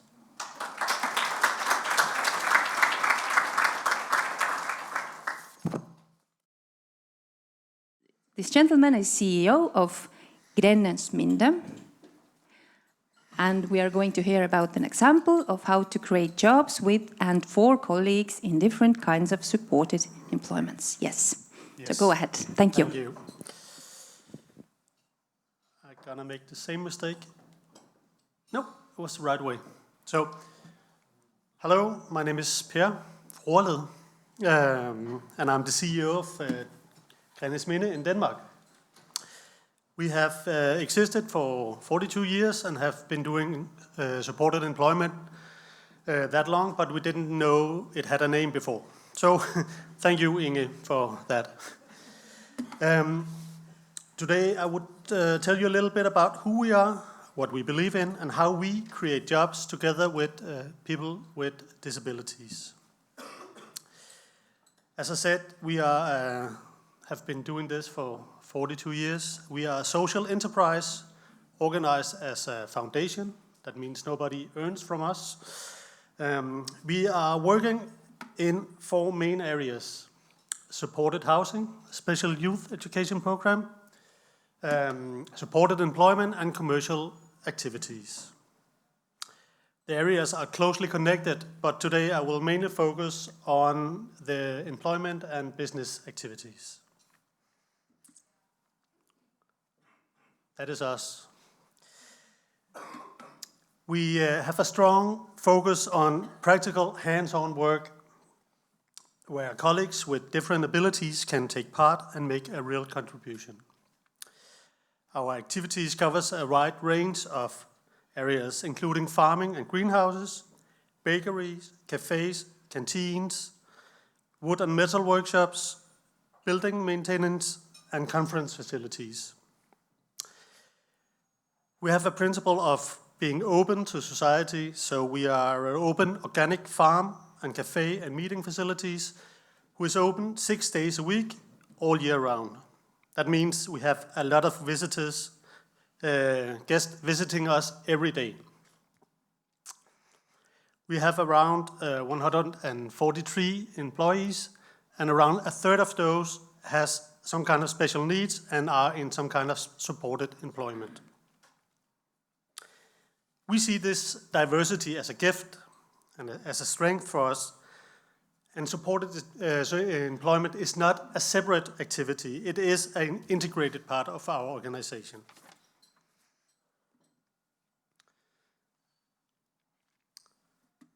To make this work, we are guided by a few core principles.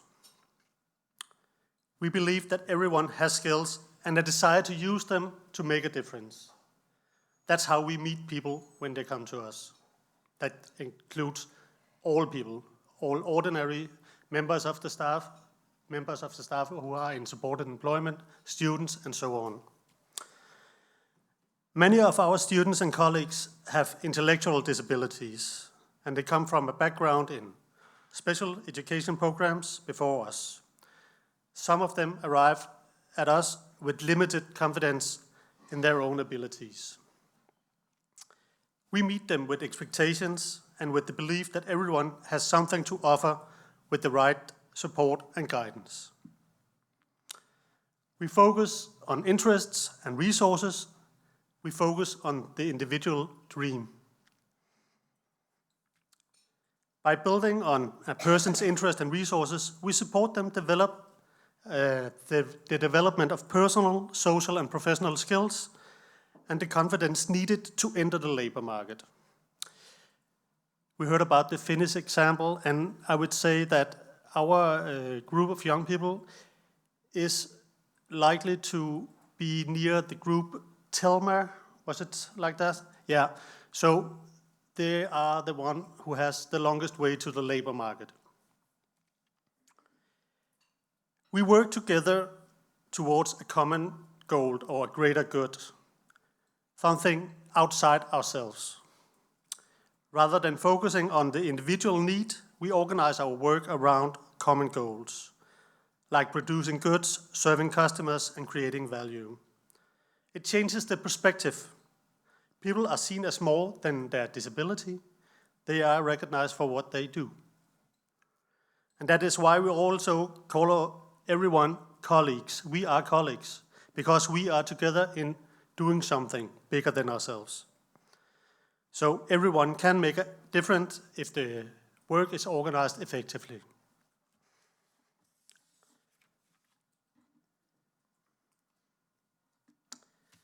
How do we create job in practice? We do it in 3 different ways.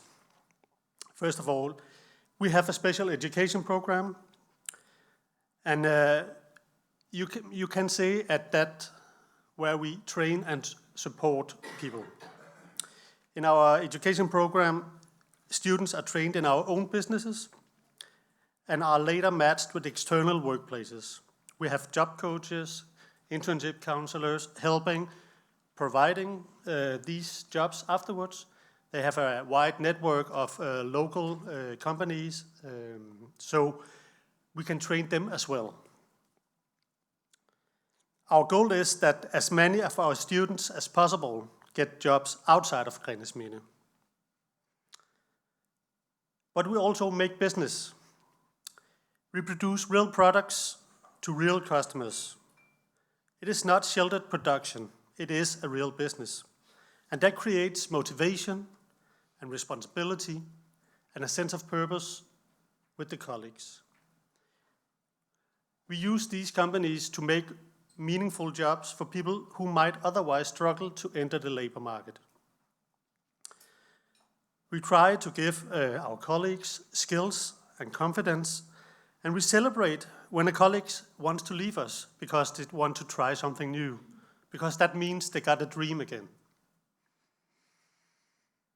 Third of all, we make use of the employment schemes within the Danish system, such as flexible jobs and sheltered employment, because that makes it possible for us to employ people with reduced work capacity while ensuring them a stable and fair income.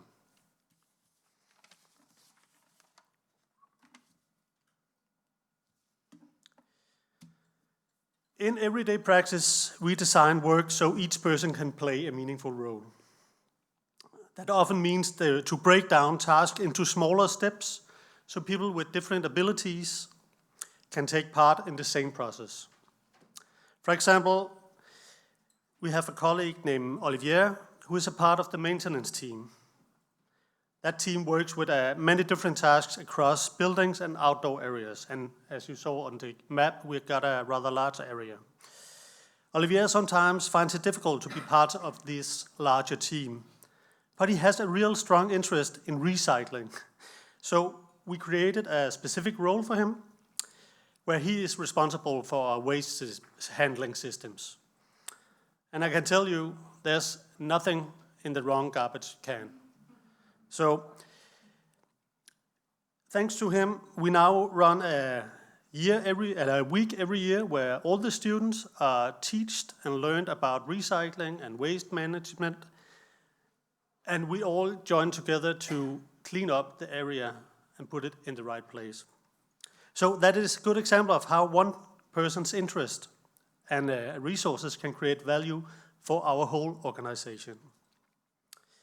Another thing is that we work in mixed teams consisting of professionals, employees in supported employment, and students. In each team there is a trained professional, a carpenter for instance, who is responsible for the planning of the daily tasks and the quality of the work.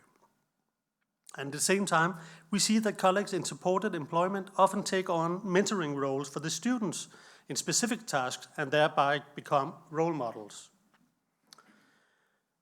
The mixed team makes sure that everyone has a part to play in the process of achieving our common or shared goal of serving customers and so on.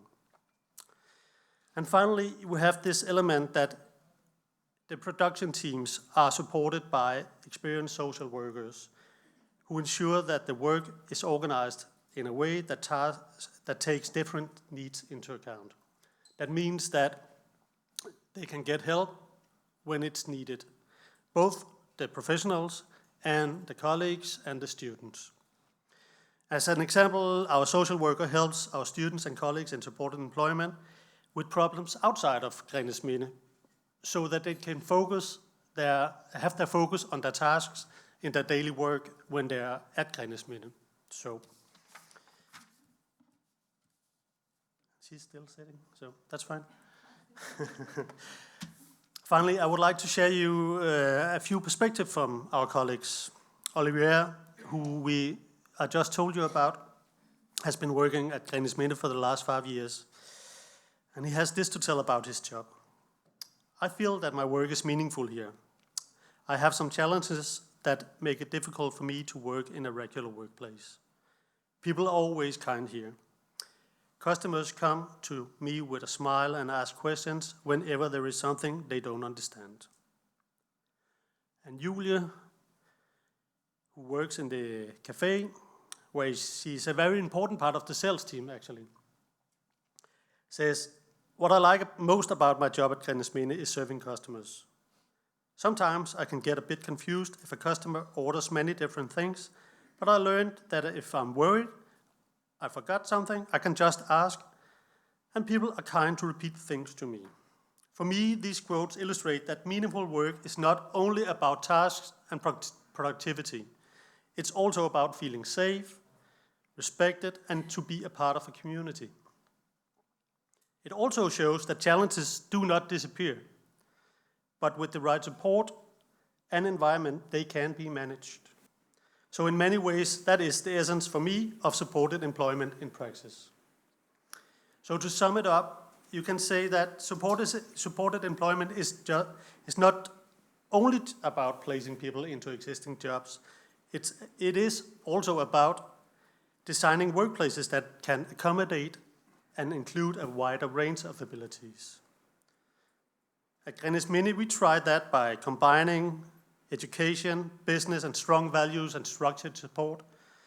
And our experience is rather simple, because when the work is real and the expectations are real and support is real, then many more people can take part. So, thank you.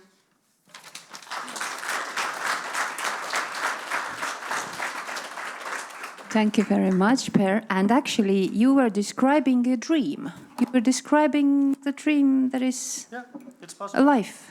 Yes, it's possible. Thank you for that knowledge. And now, Tom Rüütel, Employers Counselor in Unemployment Insurance Fund. Yes, and you will change my slides. Yes. Yes, next slide, please. I'm going to help you. Very good. As you see, if you are disabled, you can get your own mic. Now I don't have to stand there. And I give some work also to cameramen, because I'm walking around. So I'm going to speak briefly about political strategies and promising cases. We have many promising cases. As you look in the mirror, we are all promising cases. Don't waste it. So, next slide, please. So, in 2016, our nation discovered that disabled people are just waste of money. So we decided that we need to change it. We need to push them to the work. Yes, I remember these years quite well, because I was against of this workability reform, and I was quite loud. And 7 months later, I was sitting on the other side of the table and working with the clients. Sometimes it happens. And now I've been doing this. I've been working in Estonian Insurance Fund already 11 years, so I'm kind of backstabber also for disabled persons. It happens. All disabled persons are not very, how to say, good and cool and kind-hearted. But yes, as you see, at least I am loyal to my employer. It is also good. So, what was the change? As Iceland said, that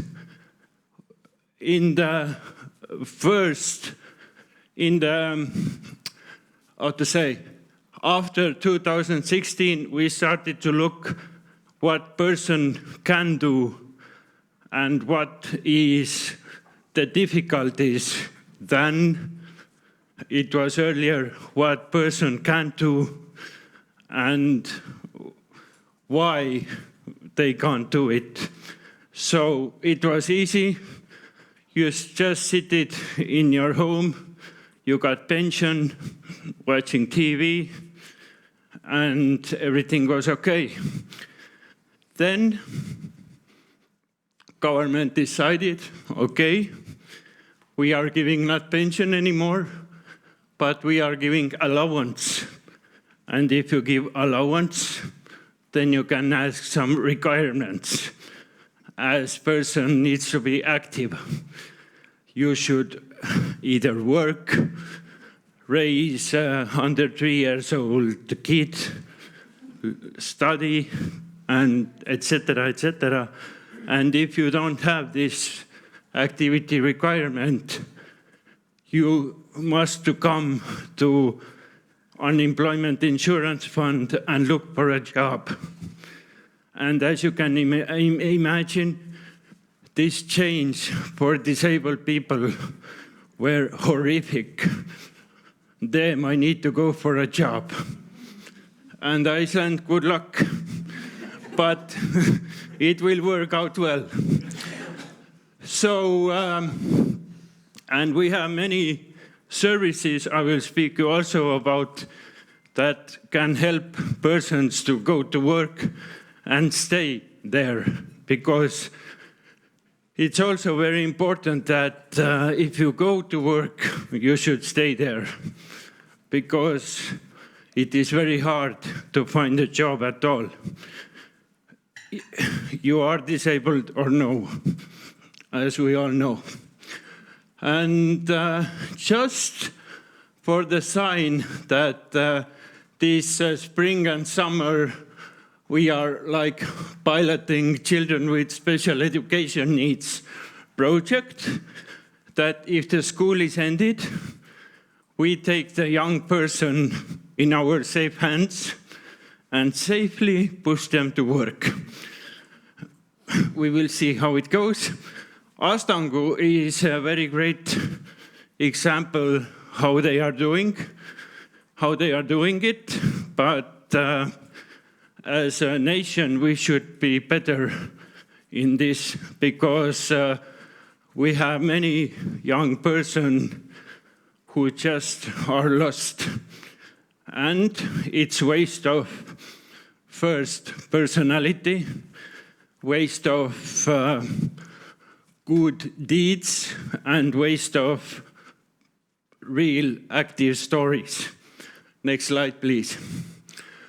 So, actually, we are doing quite well. We have over 90,000 people with reduced workability, and we have 55,000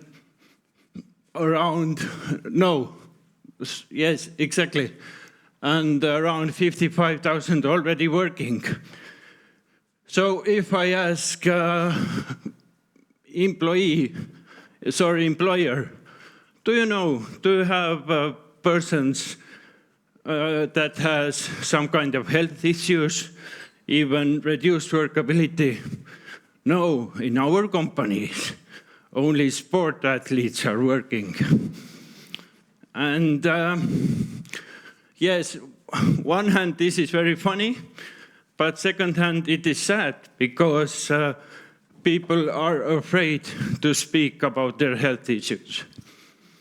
So, about the statistics. 1/3 of Estonian population says that they have some kind of health issue. This is really big number. To remind you that in Estonia, only 1.3 million of us. I know Iceland. You need to find your working hands much more because you are very short. But in Estonia, as Europe itself, overall, we are aging people. No one is getting younger, even not you. So we are short of working hands, but we could work. So, and we still have stigmas related with mental health. It's a topic that is spoken a lot, and for me it's a little bit epidemic already.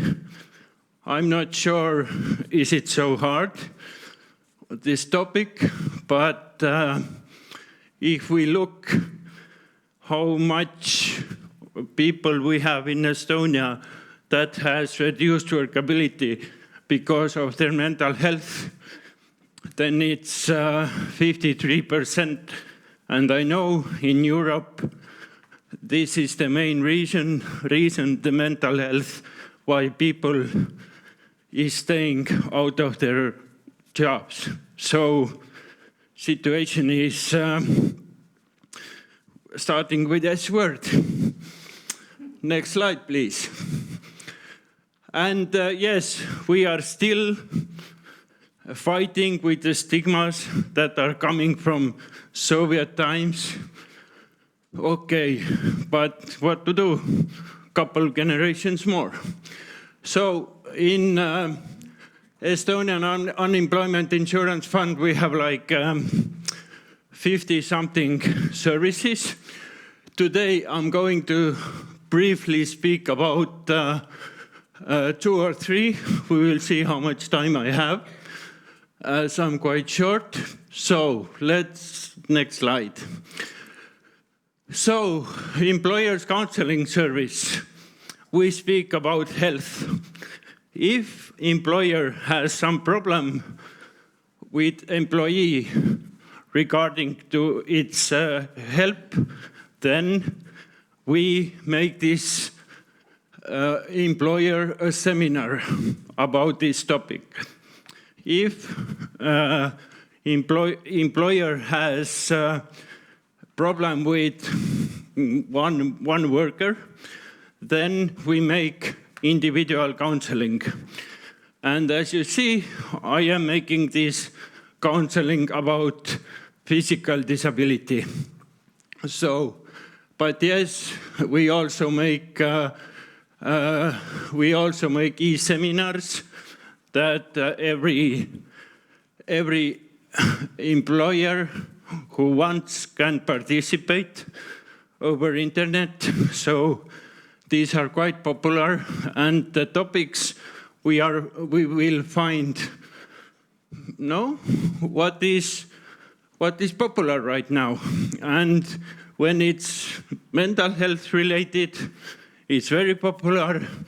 When we speak about hearing loss, back pain, and so on, suddenly we find not so many participants. So as we see, it is a little bit epidemic. So next slide, please. So, and we also provide work-related technical aids. You see also, this one is my favorite with a fin.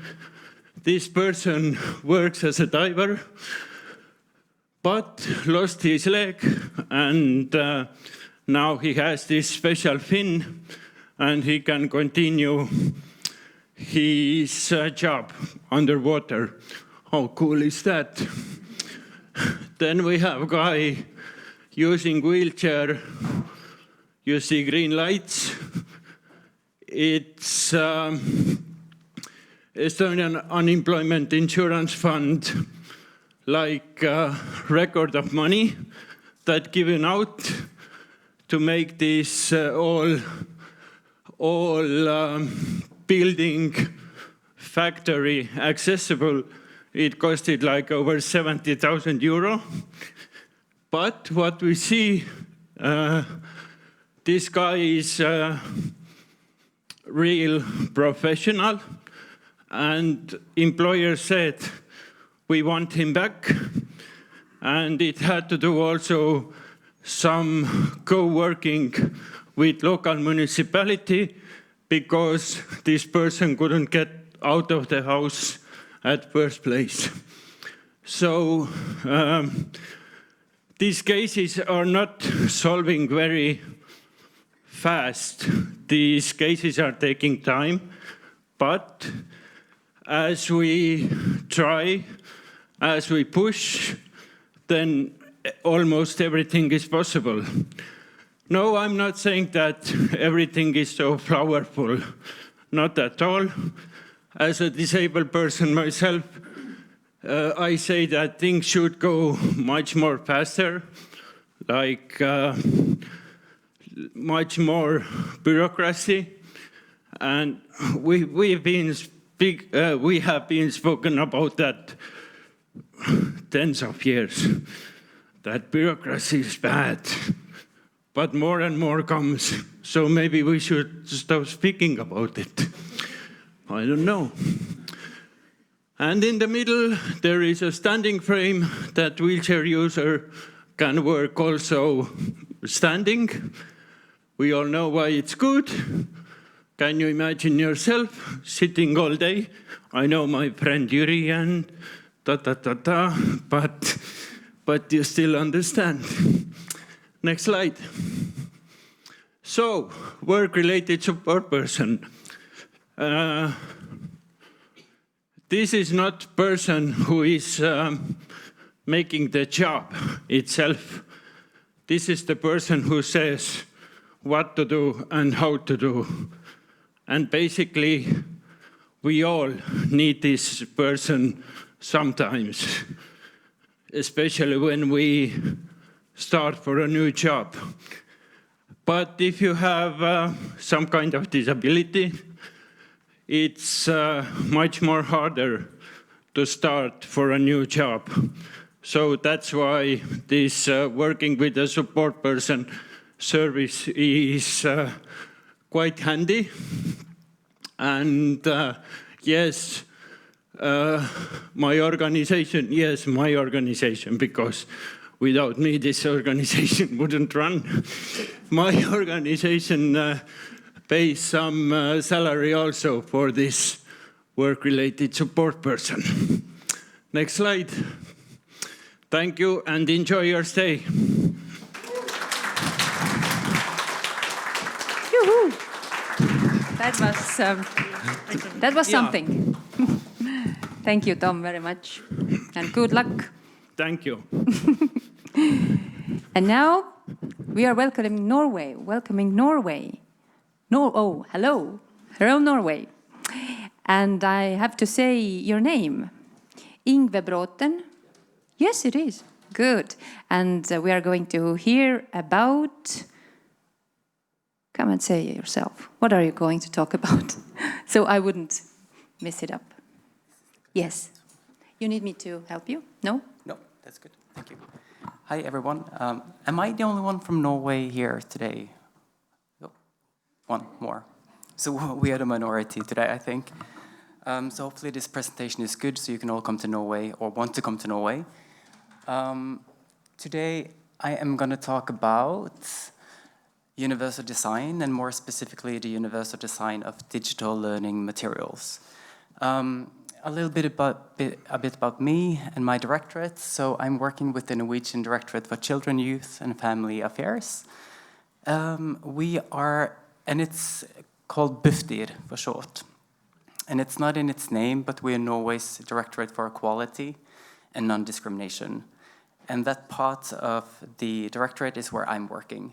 And what's important to notice is that we don't have a sector-specific mandate, as some of the other people that I presented has.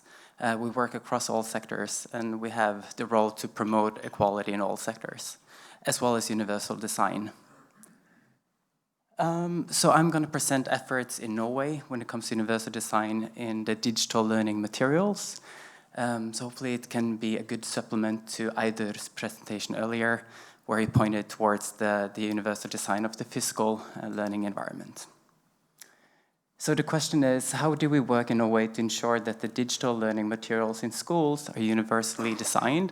And I'm going to point to some of the laws and regulations that we have in place. I'm also going to point towards some of the work we do in terms of regulatory compliance, because we know that laws are good, but are they being followed?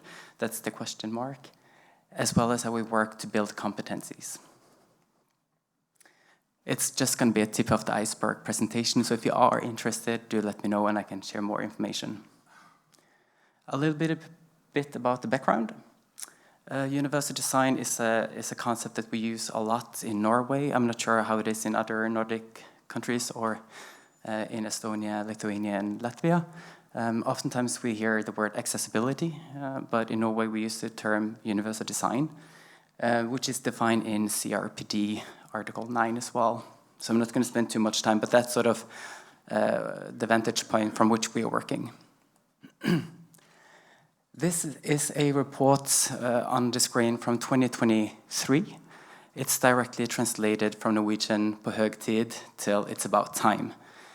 It's an official government report. And the purpose of this report is to summarize barriers faced by people with disabilities in Norway, as well as to propose measures to ensure full equality, human rights, and participation in society. And again, universal design comes up here as one of the 5 main impediments, actually, or the lack of universal design is considered one of the 5 main impediments to realize the human rights of people with disabilities. So universal design is critical. In terms of digital learning materials, the report says that technology, yes, can contribute for participation and inclusion, but on the contrary, it could also facilitate for exclusion, especially if digital learning materials in schools are not accessible to all. The report also goes on saying that students with disabilities often experience that digital learning materials are not universally designed, so this is a problem we have to tackle. So how do we do this? First, some laws and regulations, a bit boring perhaps, but in Norway we did incorporate the CRPD not long ago, a couple of months ago, 2 months after Iceland, I was told. But before that, we ratified the convention in 2013, but before that we have had quite a few laws in place regarding universal design, so that these laws did not come with the incorporation of the CRPD. They've been there for quite a few years. And one of the laws or regulation, as you can see on the slide, is the regulation on the universal design of information and communication technology solutions. So we have laws in place to ensure the universal design of ICT solutions. It's interesting when you go into the law and you have a paragraph stating the purpose of the law. And the purpose of this law, as stated in the law, is equitable participation in society, and the law is in place to remove and prevent new digital barriers and to prevent discrimination. In 2018, this law was revised and changed a little bit. It was broadened, and digital learning materials was added, meaning that from 2018, you had to universally design digital learning materials in schools. So what is digital learning materials? According to our law, it is digital materials that can be used in educational work and which is developed with the intention of supporting learning activities. And with the ongoing digitalization, it's important to have law regulating this. And then also the question begs itself, when is something universally designed? It's a really good question, it's a tricky question. According to law, a digital learning material is universally designed when it follows the criteria in the Web Content Accessibility Guidelines version 2.1. So that's the law. What about regulatory compliance? Again, do people follow the law? Question mark, how do we know? In Norway, we have something called the Authority for Universal Design of ICT. I'm just going to call them the Authority. It sounds a bit scary, but they're really nice people. And we work with them quite a bit in Bufdir. And this authority was established with the specific purpose to follow up regulations on the universal design of ICT. It was established in 2013 when this regulation came in place. The task is threefold. Firstly, to investigate whether or not organizations are complying with the requirements in the law, but more than that, to actually build competencies, inform and advise on what does it mean to work on universal design in the ICT sphere. They also do sector inspections, meaning that they have a bird's eye view on a specific sector, and I'm going to come back to that. But what is happening within one sector in terms of working towards universally designed ICT solutions? So it's not only about having, in Norway we say the whip and the carrot, right? It's not only about having the whip, but also carrots. How can they sort of incentivize people to work more? In 2023, the authority did a sector inspection of the educational sector. And this on the screen is a statement from the director of the authority. And she says that we have systemized input, conducted surveys, analyzed data from the inspection and reviewed research. Overall, this has given us a good overview of the challenges in the sector. The purpose is to contribute to ensuring that the digitalization of schools benefits all students. And what was the main conclusion? Lack of universal design of digital solutions threatens the right to equal participation. This is an example of how this looks like in practice. They tested 11 different digital learning materials that we used in a lot of different schools. You can see the name of the digital learning materials on the left. And the higher the score, counterintuitively means the more criteria in the VCAG you're violating. So you can see that none of the digital learning materials were in compliance with the law. And some of them broke all of the criteria in the WCAG that was looked into. They didn't look into all of the criteria, but quite a few. So this is not a good picture. What's interesting about the authority as well is that they are an authority with teeth, meaning that they can impose fines. And I think that is quite interesting. This is in Norwegian, but what the authority did after the inspection is that they said, well, none of the digital solutions were universally designed. You have until this date to fix it. And when that date came, 4 out of the 11 solutions were in compliance with the law.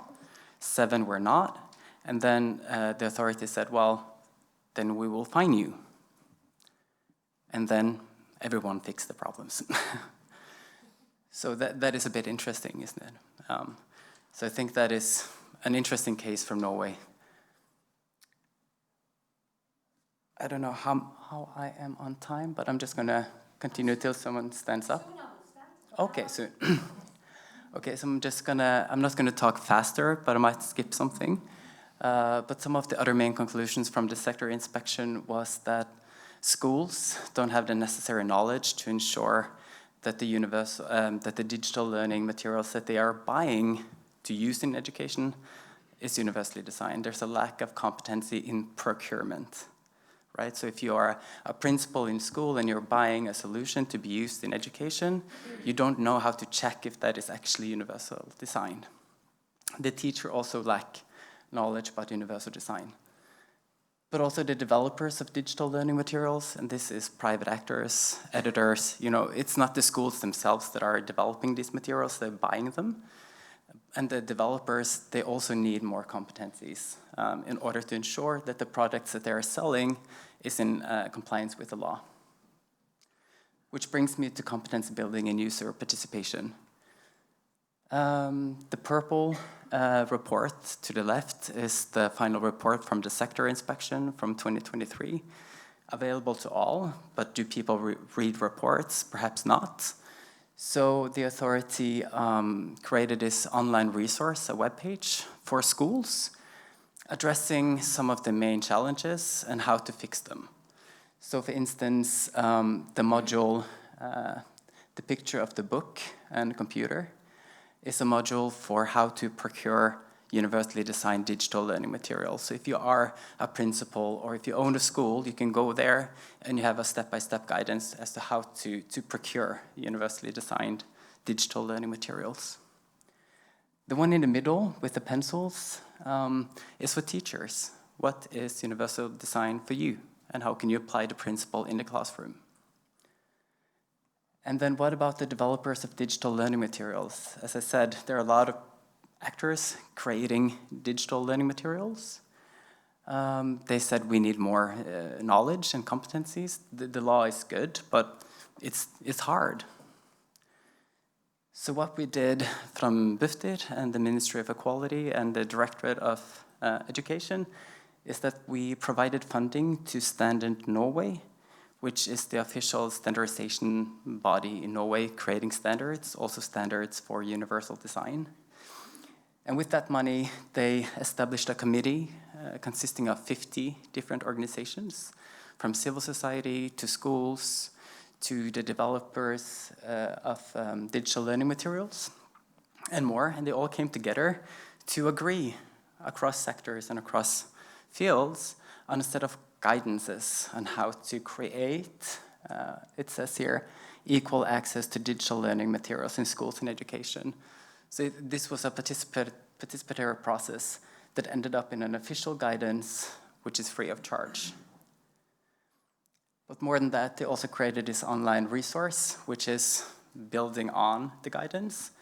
And they created this online resource by putting best cases and examples and articles and interviews with different people onto the text in the guidance to make it more easy to understand. And I think something that I want to say briefly is that this guidance note is not just information about what are the requirements for you in order to meet the regulation in law, but also how can you connect law with good principles for pedagogy. So it takes the work on universally designing digital learning materials one step further. So it's not just meeting the law, it's about going further and connecting it to principles of pedagogy. And this guidance note came in 2025, so last year, the same as this online resource. And it's intended, as I said, for developers, editors, and designers. So not for the schools, principals, teachers, but for the people actually creating the digital learning materials. So hopefully this gives some good competencies out there to the ones making these solutions. So that, I guess, that is a summary that you need laws and regulations, sure, but you also need to make some effort to ensure that they are being followed, and you also need active work to build competencies and to ensure user participation as well. Thank you. Thank you. Thank you very much. Is in Norwegian also takk, thank you? Tack. Yes, easy. And now, again, Iceland. Yes, Anna-Clara Georgsdottir. Yeah. And the topic, political strategies and presentation of promising cases, practices from Iceland. I hope they are promising. Good luck. Thank you. Yes, it's hard to end this day on political strategies and overview of laws in Iceland, but I will try and make it swift. I also have some fun pictures from Iceland too, if you want to just wander a bit there. So I, in my presentation, will try to go over the umbrella of political strategies and then some promising practices. Also a little bit about the challenges, but Eiður has covered them quite well in Iceland. They're all wrong. No, I'm kidding. No, they're all there, but we are trying to kind of get around them in some ways. I would like to start with education and then go into employment. But as Ingvi said, it's a bit boring, the law. And also, I agree, law is one thing, but compliance to the law is another. So I will go just kind of quickly over this as it shows the intent and where we are trying to head. The Compulsory School Act from 2008 is very clear. Children up to the age of 16 have the right to attend their neighborhood school and receive the support that they need. It is similar for high school students who are 16 to 19, 20 years old. They have the right to study alongside their peers and receive the support they need. But they also have a right to attend special departments within their neighborhood schools or specialized schools if they so choose. We have a newish law from 2021, the Prosperity Act, which is still in implementation, but is proven quite successful in support to children.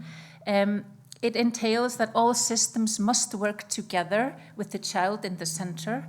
And it's interesting because it's been quite well funded from the beginning, because it has been calculated that we will save in the end, because more children will become functioning adults who will then pay to society. And so that's an interesting project we have going on in Iceland. And the goal is that as many children as possible receive support on the first level, which is accessible to every child. And this can be everything from a group support to prevent bullying in schools, for example, or with mild learning disabilities or just some mild support needs. If that's not sufficient, you move on to level 2. That's where social services come in with their support. Or if the child needs specialized departments or specialized schools. The third level is for children who are in massive need for support, and this could entail housing placement based on the Child Protection Act, extensive support for children with disabilities, or long-term hospital stays. We have an education strategy until 2030. These are the 5 pillars that it's structured around. And the first one is perhaps the most important for children who need support, because it entails equal opportunities for all. And that is education that suits all needs and interests, diversity within the student body, which is also an interesting other viewpoint, that everyone also is entitled to have diversity within the student group. Access to education regardless of location, which is very important. As many of you perhaps know, Iceland is very large, but we are few. So it matters where you live, sadly, but the law says it shouldn't. And then early intervention and support. And this strategy is in its last implementation phase. In 2024, the Parliament adopted this implementation plan of the CRPD. And its main objective is to bridge the gaps between the articles of the CRPD and the reality in Iceland. And we started with 60 action items that we, before the end of 2027, need to come in fruition with to get us closer to actually fulfilling the CRPD. And of these 60 action items, there are 8 action items that regard education. And I highlighted 4 of them in our context. I will talk about 2 of them a bit later, but confirmation of studies is an important one for those who need shorter courses or smaller building blocks, if you will. They are now getting confirmation of those studies, so they can actually build upon these blocks. Whereas before it was just viewed as short courses and you had nothing in your hand to show that you'd actually completed this building block. And also an assessment of the benefits of support within higher education is now underway, and that's also very exciting to see just the numbers and to see, because we know there are benefits, but we need to put some measured numbers on them. In practice, what does this mean? So we have some exciting things happening. There are now special education courses in all public high schools in Iceland. These courses are individualized, where each pupil gets their personal curriculum, and they can set their own goals. And now, because all public high schools offer them, the likelihood of you attending high school with your friends or in your neighborhood are much bigger. However, there's a waiting list, and not everyone gets in, of course. But it's getting better. The same at the university level, as Eiður told you about. We have a course for students at the University of Iceland. It's very popular, and so many people don't get in. So now we are looking at expanding that to other universities, and the next one is the Icelandic Academy of the Arts, which is also very exciting. So to sum up the educational part of my presentation, I mean, the law is clear, the strategy is clear, the intent is clear. It's the follow-up and the implementation where we are lacking. There is a high number of students that still don't get the support perhaps they wish or require. And they are kind of stuck in a gap between systems. And this is, of course, due to insufficient funding, insufficient specialization and knowledge. And also, as I said before, there is an uneven capacity between municipalities. So we have still some way to go, but that's good. We don't need to stop. Now I will do the same with employment. I will just kind of run through the legislation and the strategy and then tell you something exciting that we're actually doing, not just telling you we want to do. We have some laws regarding the labor market, and I want to highlight 2 of them. The first one is the Act on Equal Treatment on the Labor Market. And this is also very clear. There is to be no discrimination in employment. And this is from the recruitment process to training to advancement within the workplace and until you terminate. So this is from A to C, if you will. And this law takes on many other groups, but it's especially relevant in our context. There is reasonable accommodation. As you all know, there's protection during recruitment, and this is also, as has been said before, we need to change HR processes, and we need to increase training and knowledge within that sector as well, and equal pay for equal or equivalent work is also stated quite clearly there. Eiður has told you about this reform, so I will just let you enjoy this lovely picture of an Icelandic village. So this was important to do because before the revision, you had to come in every year and prove again that you needed pension. You had to go through the assessment again and again. This is not the case anymore.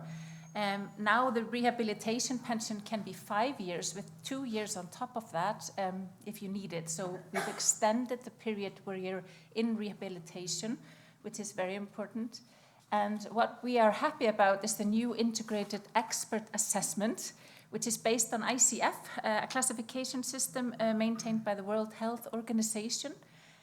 And this is also revolution. It takes us from this narrow medical score and looks at all the factors. It's environment, it's support that you get, both social support and then physical support that you need and get with assisted devices.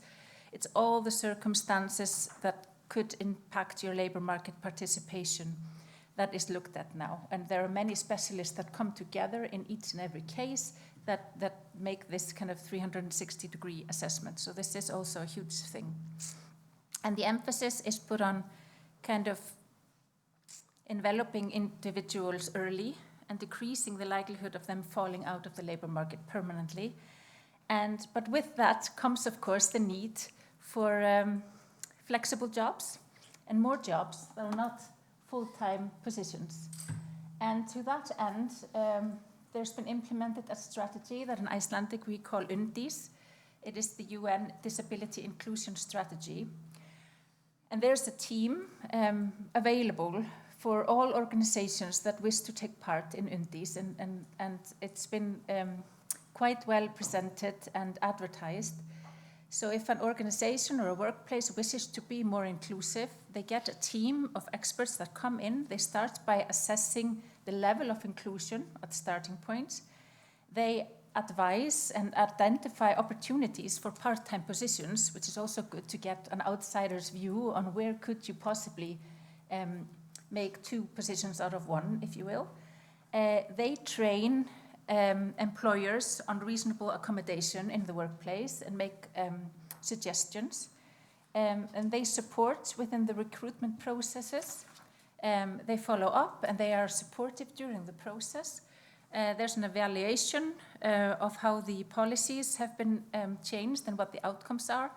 And then there's feedback and assistance. So this is new, but it's very promising. And we can sense a kind of a slow shift as more and more organizations take part, and they kind of ease the fear of everyone else. It's fine, you get the support, and you know, as has been spoken about earlier today, there is this kind of fear of the unknown. My last slide is about practice within employment. This is kind of maybe a variation of themes that have come up earlier here today.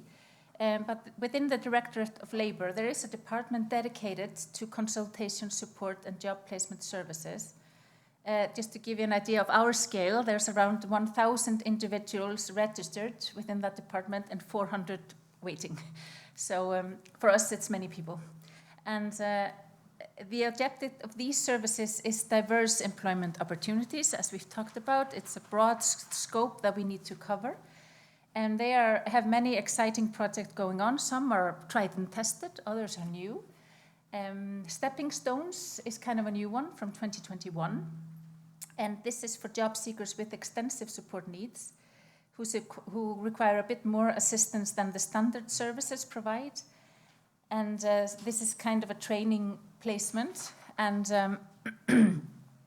so this is being expanded now into more, it's been in narrow fields, kind of physical work more, and it's being expanded into more areas so that it can meet more interests of those who wish to participate in that. Another pathway I've translated as supervisors, and this enables individuals to work in paid jobs in the open labor market, but they were else before in sheltered workplaces. But employees from sheltered workplaces come with them and act as supervisors. So this is similar to another project that was mentioned before. The supervisor kind of adapts tasks and is a liaison with the employer. They are not doing the work, but they are there as the contact person. And this has also been quite successful in that the supervisors can leave and the person keeps the job. So that's getting them out of the sheltered workplaces, which is the goal. And then skills in the labor market. This is a training initiative. It's 1 semester, 180 hours, and it's both theoretical and practical, and it's across 8 job sectors. So it can range from childcare to kind of more structural to more physical labor. And if you complete the program, you get a vocational certificate, which I said before is really important, that you have something for your CV and something to build on, and you have proof that you have finished this and are ready to build on it. And 150 students have already completed this program successfully. So as you can see, there's an emphasis on inclusive labor market within Iceland, and we are trying to kind of get the momentum going. But it's all new, and we've yet to see if it becomes our culture, as we hope, and it becomes our nature to offer these flexibilities within the labor market. But I will end by saying that we are hopeful. Thank you. Thank you very much. We are hopeful too, of course.